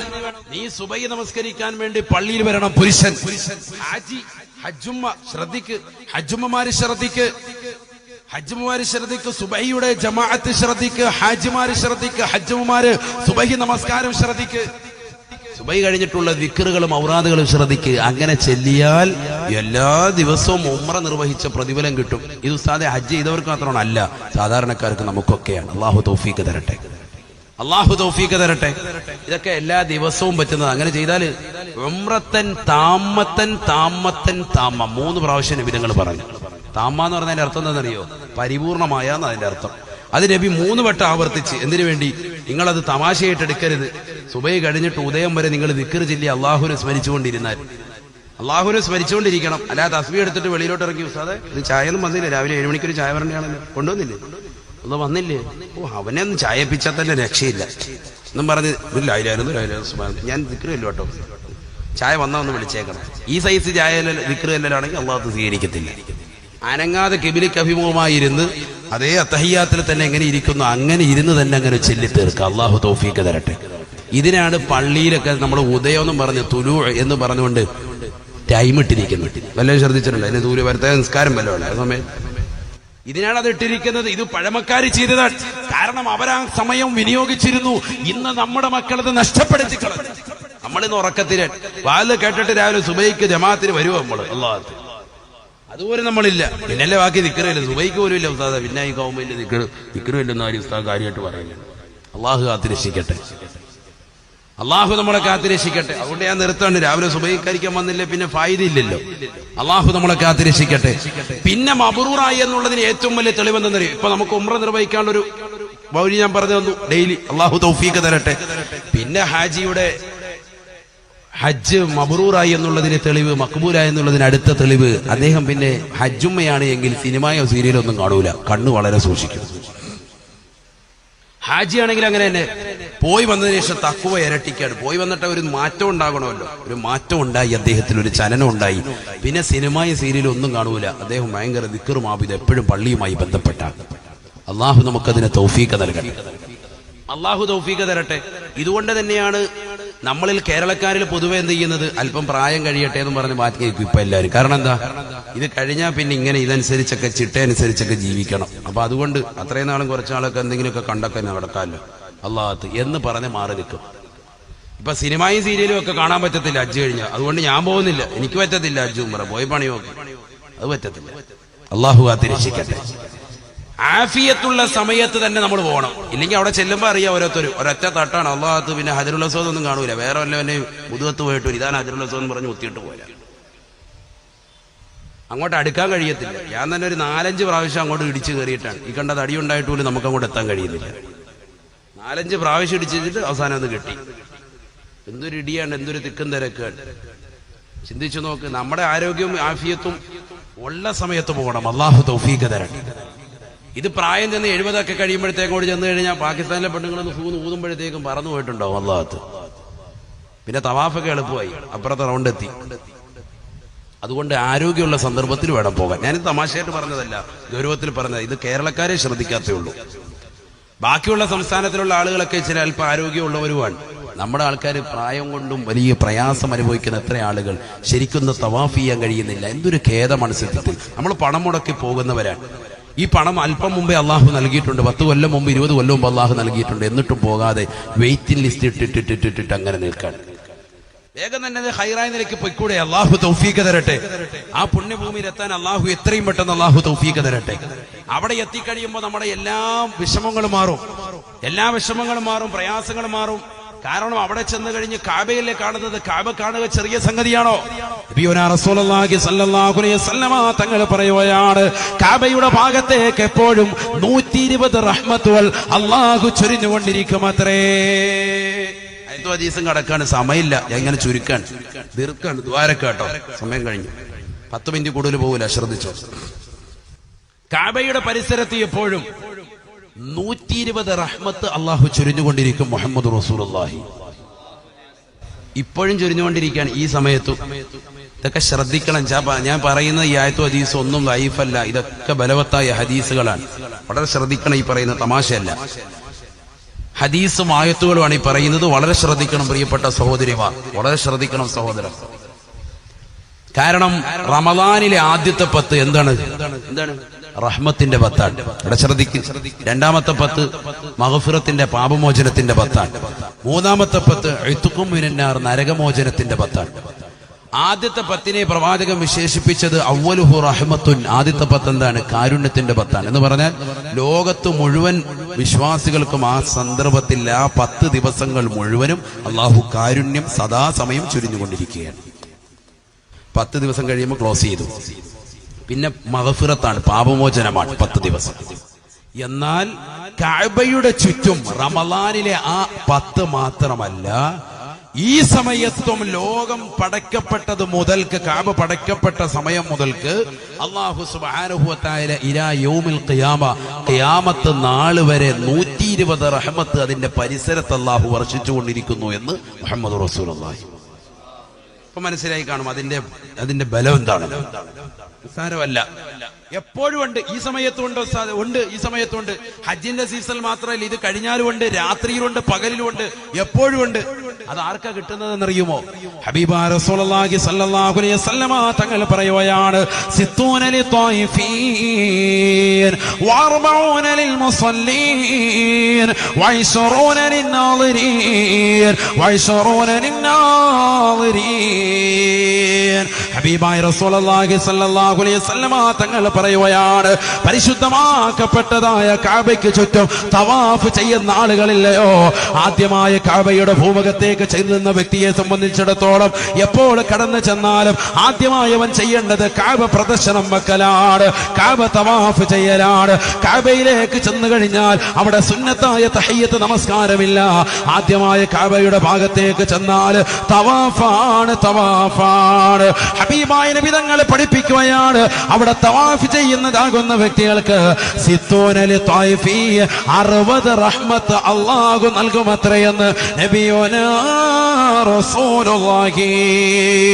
വ40 ലിൽ മുസല്ലീൻ, കഅബയുടെ പരിസരത്ത് നമസ്കരിക്കുന്ന പ്രിയപ്പെട്ട സഹോദര, അത് ഫർളാകട്ടെ, അത് സുന്നത്താകട്ടെ, അത് തവാഫിന് ശേഷമുള്ളതാകുന്ന സുന്നത്താകട്ടെ, അത് റവാത്തിബ് സുന്നത്തുകളാകട്ടെ, ഏത് നമസ്കാരമായാലും നമസ്കരിക്കുന്നവർക്ക് 40 റഹ്മത്ത് അല്ലാഹു ചൊരിയുന്നുണ്ടെന്ന് ഹബീബായ റസൂലുള്ളാഹി. വ20 ലിന്നാദിരീൻ, കഅബ വെറുതെ നോക്കിയിരിക്കുന്നവർക്ക് പുണ്യമാ. പരിശുദ്ധമായ ഹറം ഷരീഫിലേക്ക് എത്താ സൗഭാഗ്യം ലഭിച്ച എത്രയെത്ര സഹോദരിമാരാണ്. എയർ കണ്ടീഷൻ റൂമുകൾ, ഫ്ലാറ്റുകൾ അവർക്ക് കിട്ടുമ്പോ ഒരു പ്രാവശ്യം കഅബ വന്നുകൊണ്ട് തവാഫ് ചെയ്ത് സയ്യം ചെയ്ത് തിരിച്ച് റൂമിലേക്ക് എത്തിക്കഴിയുമ്പോ, ഉസ്താദേ ഞാനിനി അടുത്ത വഖത്തിനില്ല, എനിക്ക് നല്ലതുപോലെ ഉറങ്ങണമെന്ന് പറഞ്ഞുകൊണ്ട് ഉറങ്ങുന്ന പ്രിയപ്പെട്ട സഹോദരി, ഉറങ്ങുന്ന പ്രിയപ്പെട്ട സഹോദര, ജമാഅത്ത് നഷ്ടപ്പെടുന്ന പ്രിയപ്പെട്ട സഹോദര, ജമാഅത്തായുള്ള നമസ്കാരങ്ങൾ നീ ശ്രദ്ധിക്കണേ. പരിശുദ്ധമായ മക്കയിലും ശ്രദ്ധിക്കണേ, പരിശുദ്ധമായ മദീനയിലും നീ ശ്രദ്ധിക്കണേ. അല്ലാഹുവിന്റെ റസൂൽ പറയുകയാണ്, ആ ജമാഅത്തായുള്ള നമസ്കാരം നിസ്സാരമല്ല. മൻ സല്ലാ ഫീ ബൈതി 40 സ്വലാത്താ കുതിബത് ലഹു ബറാഅത്തും മിനൻ നാർ വബറാഅത്തും മിനൻ നിഫാഖ് വബറാഅത്തും മിനൽ അദാബ് ഔ കമാ ഖാല റസൂലുള്ളാഹി. ഹബീബായ റസൂലുള്ളാഹി സ്വല്ലല്ലാഹു അലൈഹി വസല്ലമ തങ്ങൾ തന്റെ പ്രിയപ്പെട്ട അനുയായികളോട് പറയുകയാണ്, സഹാബത്തെ ചെറുതായിട്ട് നിങ്ങൾ കാണരുതേ, അവിടെയുള്ള നമസ്കാരങ്ങളെ നിങ്ങൾ നിസ്സാരപ്പെടുത്തരുതേ. അവിടെ നിങ്ങൾ കൃത്യമായി എത്തിക്കഴിഞ്ഞാൽ ജമാഅത്ത് ശ്രദ്ധിക്കണേ. എത്രയോ പാവപ്പെട്ട സഹോദരങ്ങൾ ഈ വിനീതം കണ്ടിട്ടുണ്ട്.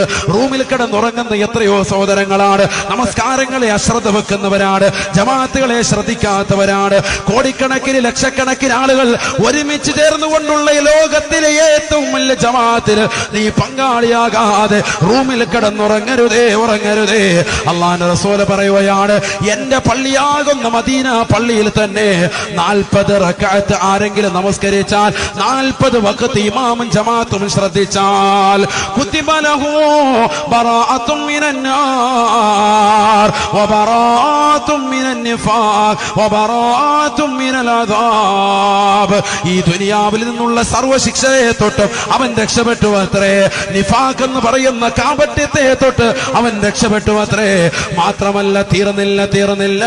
അല്ലാഹുവിന്റെ റസൂൽ വീണ്ടും പറയുകയാണ്, വകുതിബ ലഹു ബറാഅത്തും മിനൻ നാർ, നരകത്തിൽ നിന്നുള്ള മോചനം കൂടി അവൻ രേഖപ്പെടുത്തുമേ. 40 വഖത്ത് ജമാഅത്ത് ശ്രദ്ധിച്ചാലെങ്കിലെന്ന് ഹബീബുനാ റസൂലുള്ളാഹി. പരിശുദ്ധമായ കഅബ കൺകുളിർക്ക കാണണേ. അത് ചെറിയ കൂലിയല്ല.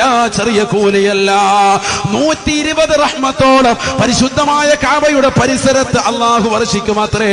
അതിൽ 60 റഹ്മത്തോളം അവിടെ തവാഫ് ചെയ്യുന്നവർക്കാണ്, കഅബ പ്രദർശനം വെക്കുന്നവർക്കാണ്. 40ഓളം റഹ്മത്തുകൾ അവിടെ നമസ്കരിക്കുന്നവർക്കാണ്. അത് ജമാഅത്തായ നമസ്കാരമാകട്ടെ, അത് മയ്യിത്ത് നമസ്കാരമാകട്ടെ, അത് സുന്നത്തായ നമസ്കാരങ്ങളാകട്ടെ, ഏത് നമസ്കാരം നിർവഹിക്കുന്നവനായിരുന്നാലും അവനതാ 40 റഹ്മത്ത് അല്ലാഹു വർഷിക്കുകയാണ്. തവാഫ് ചെയ്യാൻ എന്റെ മുട്ട് കഴിയുകയില്ല, എന്റെ കൈകാലുകൾക്ക് സ്വാധീനമില്ല, എനിക്ക് ബുദ്ധിമുട്ടാണെന്ന് പറയുന്ന പ്രിയപ്പെട്ട സഹോദരി, പരിശുദ്ധമാകുന്ന കഅബയുടെ ചാരത്ത് വന്നുകൊണ്ട് കഅബ കൺകുളിർക്കെ നോക്കിയിരിക്കണേ. ആ കറുത്ത കില്ലയിലേക്ക് വെറുതെ നോക്കിയിരുന്നാൽ 20 റഹ്മത്ത് നിനക്ക് രേഖപ്പെടുത്തുമെന്ന് ഹബീബുനാ റസൂലുള്ളാഹി സല്ലല്ലാഹു അലൈഹി വസല്ലം. 60 റഹ്മത്ത് ആർക്ക്? തവാഫ് ചെയ്യുന്നവർക്ക്. 40 റഹ്മത്ത് ആർക്ക്? നിസ്കരിക്കുന്നവർക്ക്. മക്കയിലാണ്, കഅബയിലാണ്. 20 റഹ്മത്ത് ആർക്ക്? കഅബ വെറുതെ നോക്കിയിരിക്കുന്നവർക്ക്. അല്ലാഹു തൗഫീഖ് തരട്ടെ. അപ്പൊ റൂമിൽ വെറുതെ ഇരുന്ന് സമയം കളയണ്ട. അവിടെ ചെന്നപ്പോ നല്ല റാഹത്ത്, നല്ല ബെഡ്, ഹായ് കൊള്ളാമല്ലോ, ഹായ് റാഹത്ത്. ചാടി അങ്ങോട്ടും ഇങ്ങോട്ടും കളിക്കുക, കുരങ്ങ് കളിക്കുന്നവർ. അല്ലാഹു പള്ളിയിൽ പോയില്ല. ചില ആളുകൾ അങ്ങനെ ഒറ്റ വക്കത്ത് മാത്രം പോകുന്ന എത്ര ആളുകളുണ്ട്? ഒരു ദിവസത്തെ ഒരു വക്കത്ത്, ചിലപ്പോൾ അത് തന്നെ പോവില്ല. തവാഫ് ഉംറയെ കഴിഞ്ഞിട്ട് അവിടെ ഇങ്ങനെ ഉറങ്ങുക, ആഹത്ത് നല്ല സുഖം. വീട്ടിലാണ് AC ഇല്ല, AC ഒന്ന് കൂട്ടിയിട്ടേക്ക് സുഖം. പുറത്തൊന്നൊരു ചൂടൻ ഉച്ചയ്ക്ക് കഴിക്കാൻ വിളിച്ചേക്കണേ, ഇതാ പരിപാടി. അള്ളാഹു കാത്തിരക്ഷിക്കട്ടെ.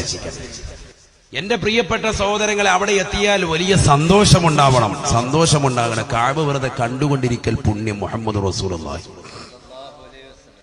ഹബീബായ റസൂലുള്ളാഹി സ്വല്ലല്ലാഹു അലൈഹി വസല്ലമ തങ്ങൾ പറയുകയാണ്, 5 വസ്തുക്കളിലേക്ക് നോക്കൽ പുണ്യമാണ്, 5 വസ്തുക്കളിലേക്ക് നോക്കിയിരിക്കൽ പുണ്യമാണ്. 5 വസ്തുക്കൾ വെറുതെ നോക്കിയിരുന്ന കൂലി. അള്ളാഹു തൗഫീഖ് തരട്ടെ. ഒന്നേതാണ് ഈ പറഞ്ഞ കഅബ. കഅബ വെറുതെ നോക്കിയിരിക്കുക. അവിടെ പോയിട്ട് ഒന്നുമില്ല, നിസ്കരിക്കാനൊന്നും മേല, കയ്യും കാലും ഒന്നും അനക്കാൻ മേല, തവാഫ് ചെയ്യാൻ മേല. എന്നാൽ ഭൂമിയിരിക്കണ്ട, നീ അവിടെ വന്നിട്ട് എവിടെയെങ്കിലും ചാരി ഇരുന്നിട്ട് വെറുതെ ആ കഅബയിലേക്ക്, കറുത്ത കില്ലിലേക്ക് വെറുതെ നോക്കിയിരുന്നാൽ 20 റഹ്മത്ത് ഇങ്ങനെ തലയെ കൂടെ ഇറങ്ങി വരികയാണ്. അതിന്റെ കൂട്ടത്തിൽ നിനക്ക് കണ്ണിന് കാഴ്ച ദറജ ഉയർത്തുന്നു. അള്ളാഹു കാത്തിരക്ഷിക്കട്ടെ. അള്ളാഹു ഖൈറും ബറക്കത്തും നൽകട്ടെ. ചിന്തിച്ചു നോക്ക്, ഏറ്റവും വലിയ നിഅമത്തല്ലേ. വെറുതെ റൂമിൽ കിടക്കണ്ട, നേരെ അവിടെ ചെന്ന് കഅബ വെറുതെ കണ്ടിരുന്നാൽ മതി. 1 കഅബ നോക്കിയിരിക്കുക. 2 അവന്റെ മാതാപിതാക്കളുടെ മുഖത്ത് നോക്കലാണ്. മാതാപിതാക്കളുടെ മുഖത്ത് നോക്കുക, അത് പുണ്യമാണ്. മുഹമ്മദ് റസൂലുള്ളാഹി. ഉമ്മാടെ മാത്രമല്ല, ആരുടെയും വാപ്പാടെയും അള്ളാഹു തൗഫീഖ് തരട്ടെ. നമുക്ക് ജന്മം നൽകിയ നമ്മുടെ മാതാപിതാക്കളുടെ മുഖത്ത് ഇന്ന് മക്കൾ നോക്കുവോ? മക്കൾ നോക്കും. ഫേസ്ബുക്ക്, വാട്സാപ്പ് ഏറ്റവും കൂടുതൽ നോക്കുന്ന അതാണിന്ന്. നിസ്കാരം കഴിഞ്ഞാൽ ഉടനെ പോക്കറ്റിൽ നിന്ന് എടുക്കുക. കാരണം എന്താ, വല്ല മെസ്സേജ് വല്ലതും വന്നിട്ടുണ്ടോ എന്ന് പറഞ്ഞ ഇവൻ ആരാണ്? ജിബ്രീൽ അലൈഹിസ്സലാം ഇറങ്ങി വരില്ല, വേഗം തന്നെ മെസ്സേജ് വരും. നിസ്കാരം കഴിഞ്ഞാൽ ഉടനെ ആദ്യം മൊബൈൽ എടുത്ത് നോക്കാൻ. ഈ മൊബൈലിലേക്കുള്ള, വാട്സാപ്പിലേക്കുള്ള ഒരു നോട്ടം ഒരു ദിവസം 10-100 പ്രാവശ്യമാണ് ഇവൻ നോക്കണം. എന്നാ ഖുർആനിലേക്ക് ഒരു വട്ടമെങ്കിലും ഒരു ദിവസം നോക്കിയിട്ടുണ്ടോ? ചിന്തിച്ചു നോക്ക്. അള്ളാഹു കാത്തിരക്ഷിക്കട്ടെ. അള്ളാഹു നമ്മളെ കാത്തിരക്ഷിക്കട്ടെ. നമ്മുടെ മക്കൾ ഖുർആനുമായിട്ട് എന്ത് ബന്ധമാണ് സഹോദരങ്ങളെ? അള്ളാഹു കാത്തിരക്ഷിക്കട്ടെ. വളരെ ശ്രദ്ധിക്കേണ്ട ഒരു വിഷയമാണ്, വളരെ ശ്രദ്ധിക്കേണ്ടതാണ്. മാതാപിതാക്കളെ അവരെ വെറുതെ നോക്കിയിരിക്കൽ പുണ്യം. മുഹമ്മദ് റസൂലുള്ളാഹി. 3-മത്തത് ഹബീബായ നബി തങ്ങൾ പറയുകയാണ്,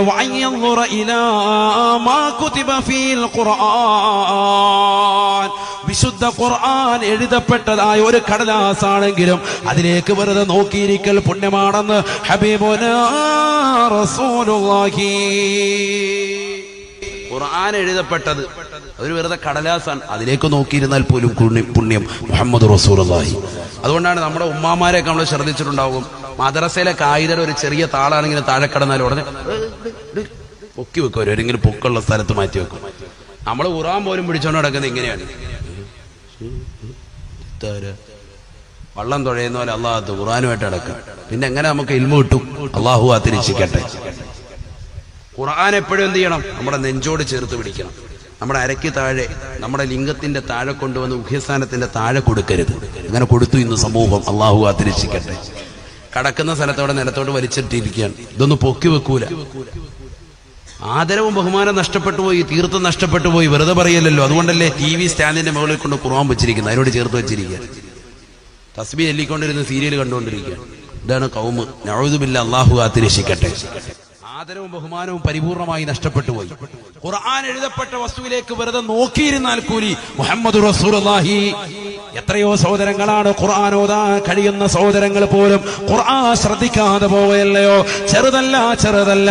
ഹജ്ജിന് വേണ്ടി പോകുന്ന ആളുകളോട് പോലും ഉലമാക്കൾ പറഞ്ഞില്ലയോ, വയഖ്തിമൽ ഖുർആനു ബിമിനൻ, മിനയിലെത്തുമ്പോ അവന് ഖുർആൻ ഖത്മാക്കണേ.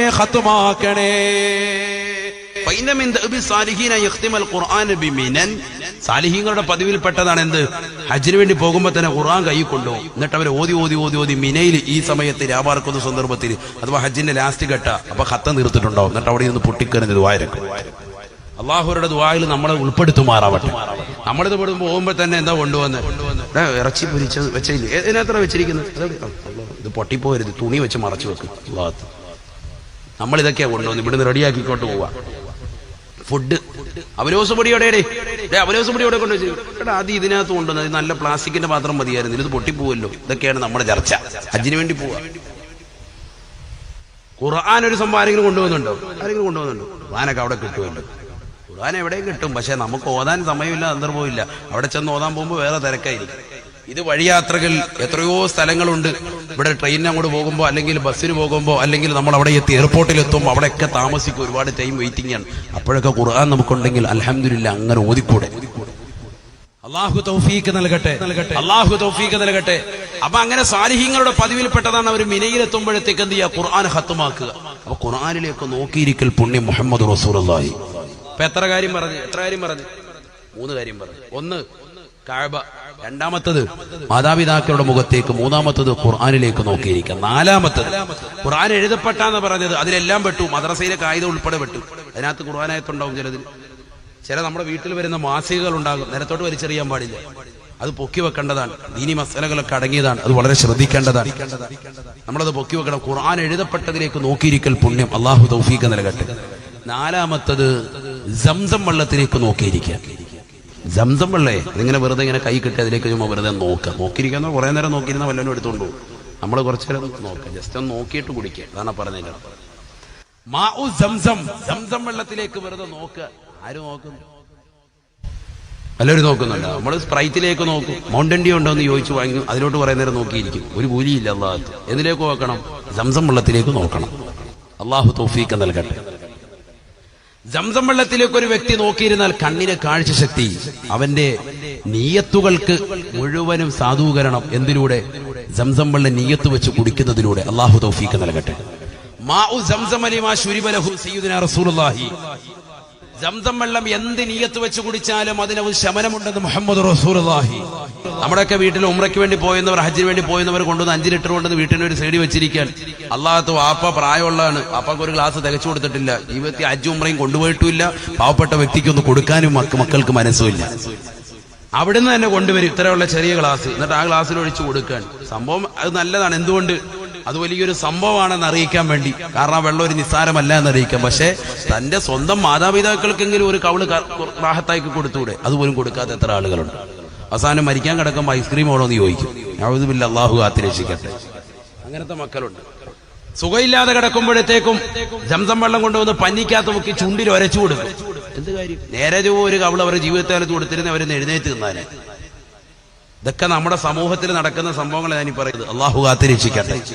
അതുകൊണ്ട് കിട്ടുന്നത് നമ്മുടെ മക്കൾ സ്കൂളിൽ പോകുന്നതിന് മുമ്പ്, പഠിക്കാൻ പരീക്ഷയ്ക്ക് പോകുന്നതിന് മുമ്പ് ബിസ്മിയിൽ അവിടെ ഇരുന്നിട്ട് പരീക്ഷയിൽ ഓർമ്മശക്തിയും ബുദ്ധിശക്തിയും കിട്ടാൻ വേണ്ടി നിയത്ത് വെച്ചിട്ട് അത് കുടിച്ചാൽ തീർച്ചയായിട്ടും അത് കിട്ടും. ഇതാര് പറഞ്ഞതാണ്?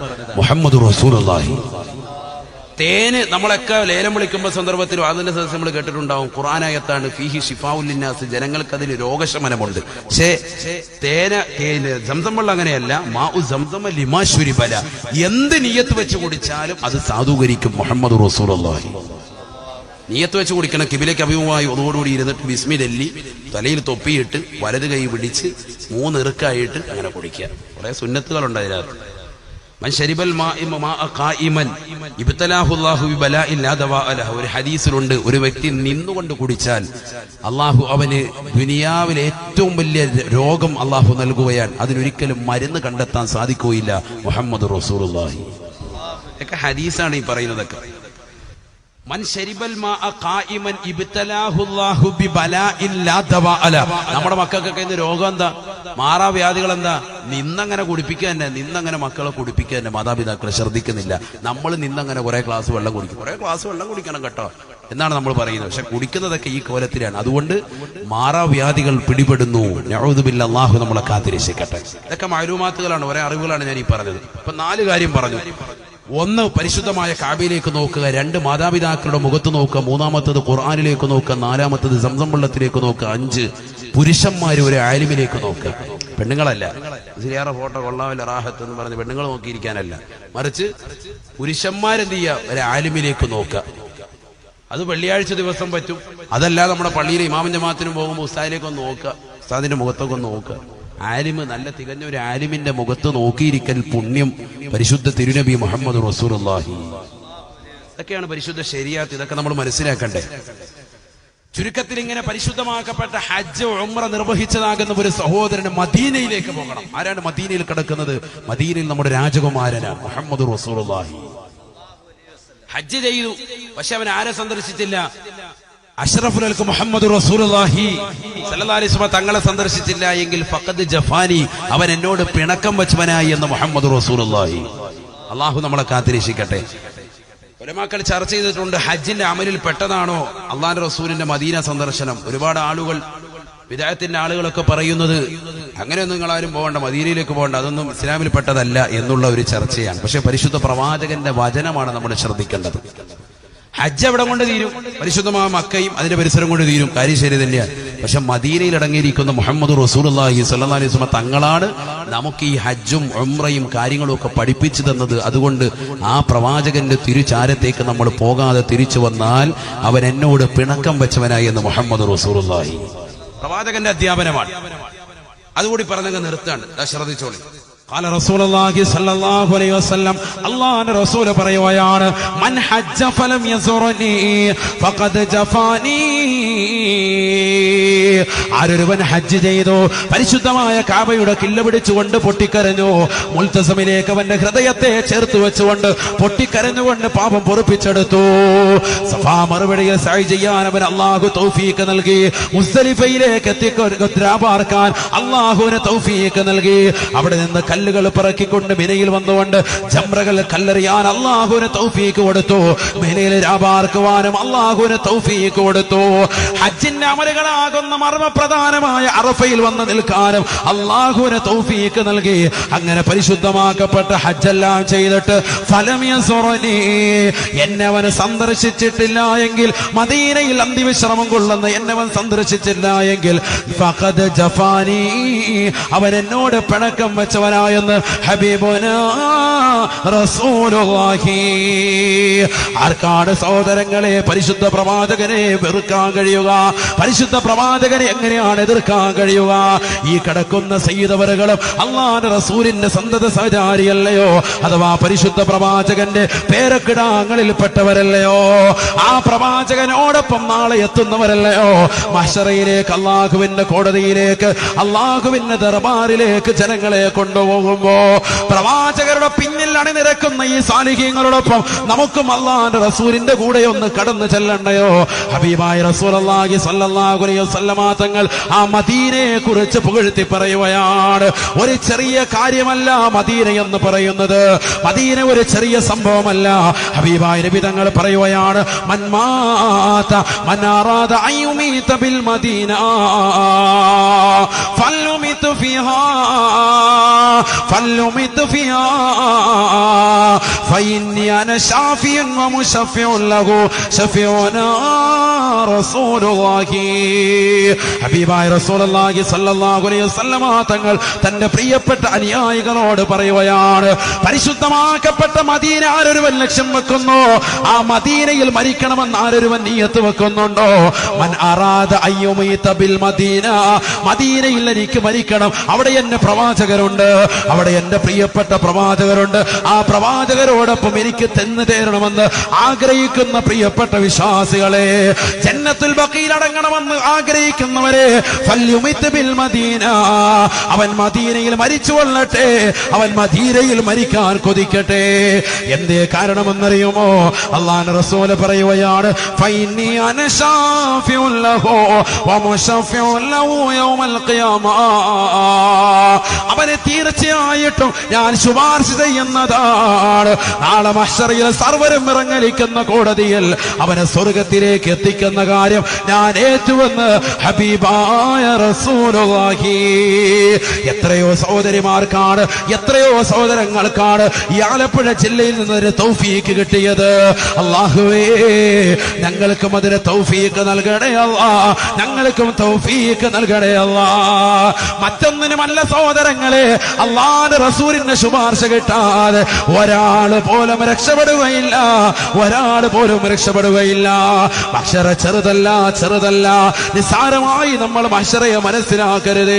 അതൊരു നിസ്സാരമായ സംഗതിയല്ല. കത്തിജ്വലിക്കുന്ന സൂര്യനെ തലയ്ക്ക് മീതെ കൊണ്ടുവന്ന് അല്ലാഹു വിചാരണ ചെയ്യുന്ന ഘട്ടമാണ്. എല്ലാവരും വിറങ്ങലിച്ച് നിൽക്കുകയാണ്. 1,24,000 പ്രവാചകന്മാർ മുഴുവനും റബ്ബിന്റെ മുന്നിൽ വന്നുകൊണ്ട് സുജൂദിലാണ്. അഷ്റഫുൽ അഷ്റഫുൽ ഖൽഖും സുജൂദിലാണ്. അല്ലാഹുവിന്റെ റസൂലിന് മാത്രമാണ് ശുപാർശയ്ക്കുള്ള അംഗീകാരം. ആ ശുപാർശ നമുക്ക് കിട്ടണോ? ഫല്ലുമത്ത് ബിൽ മദീന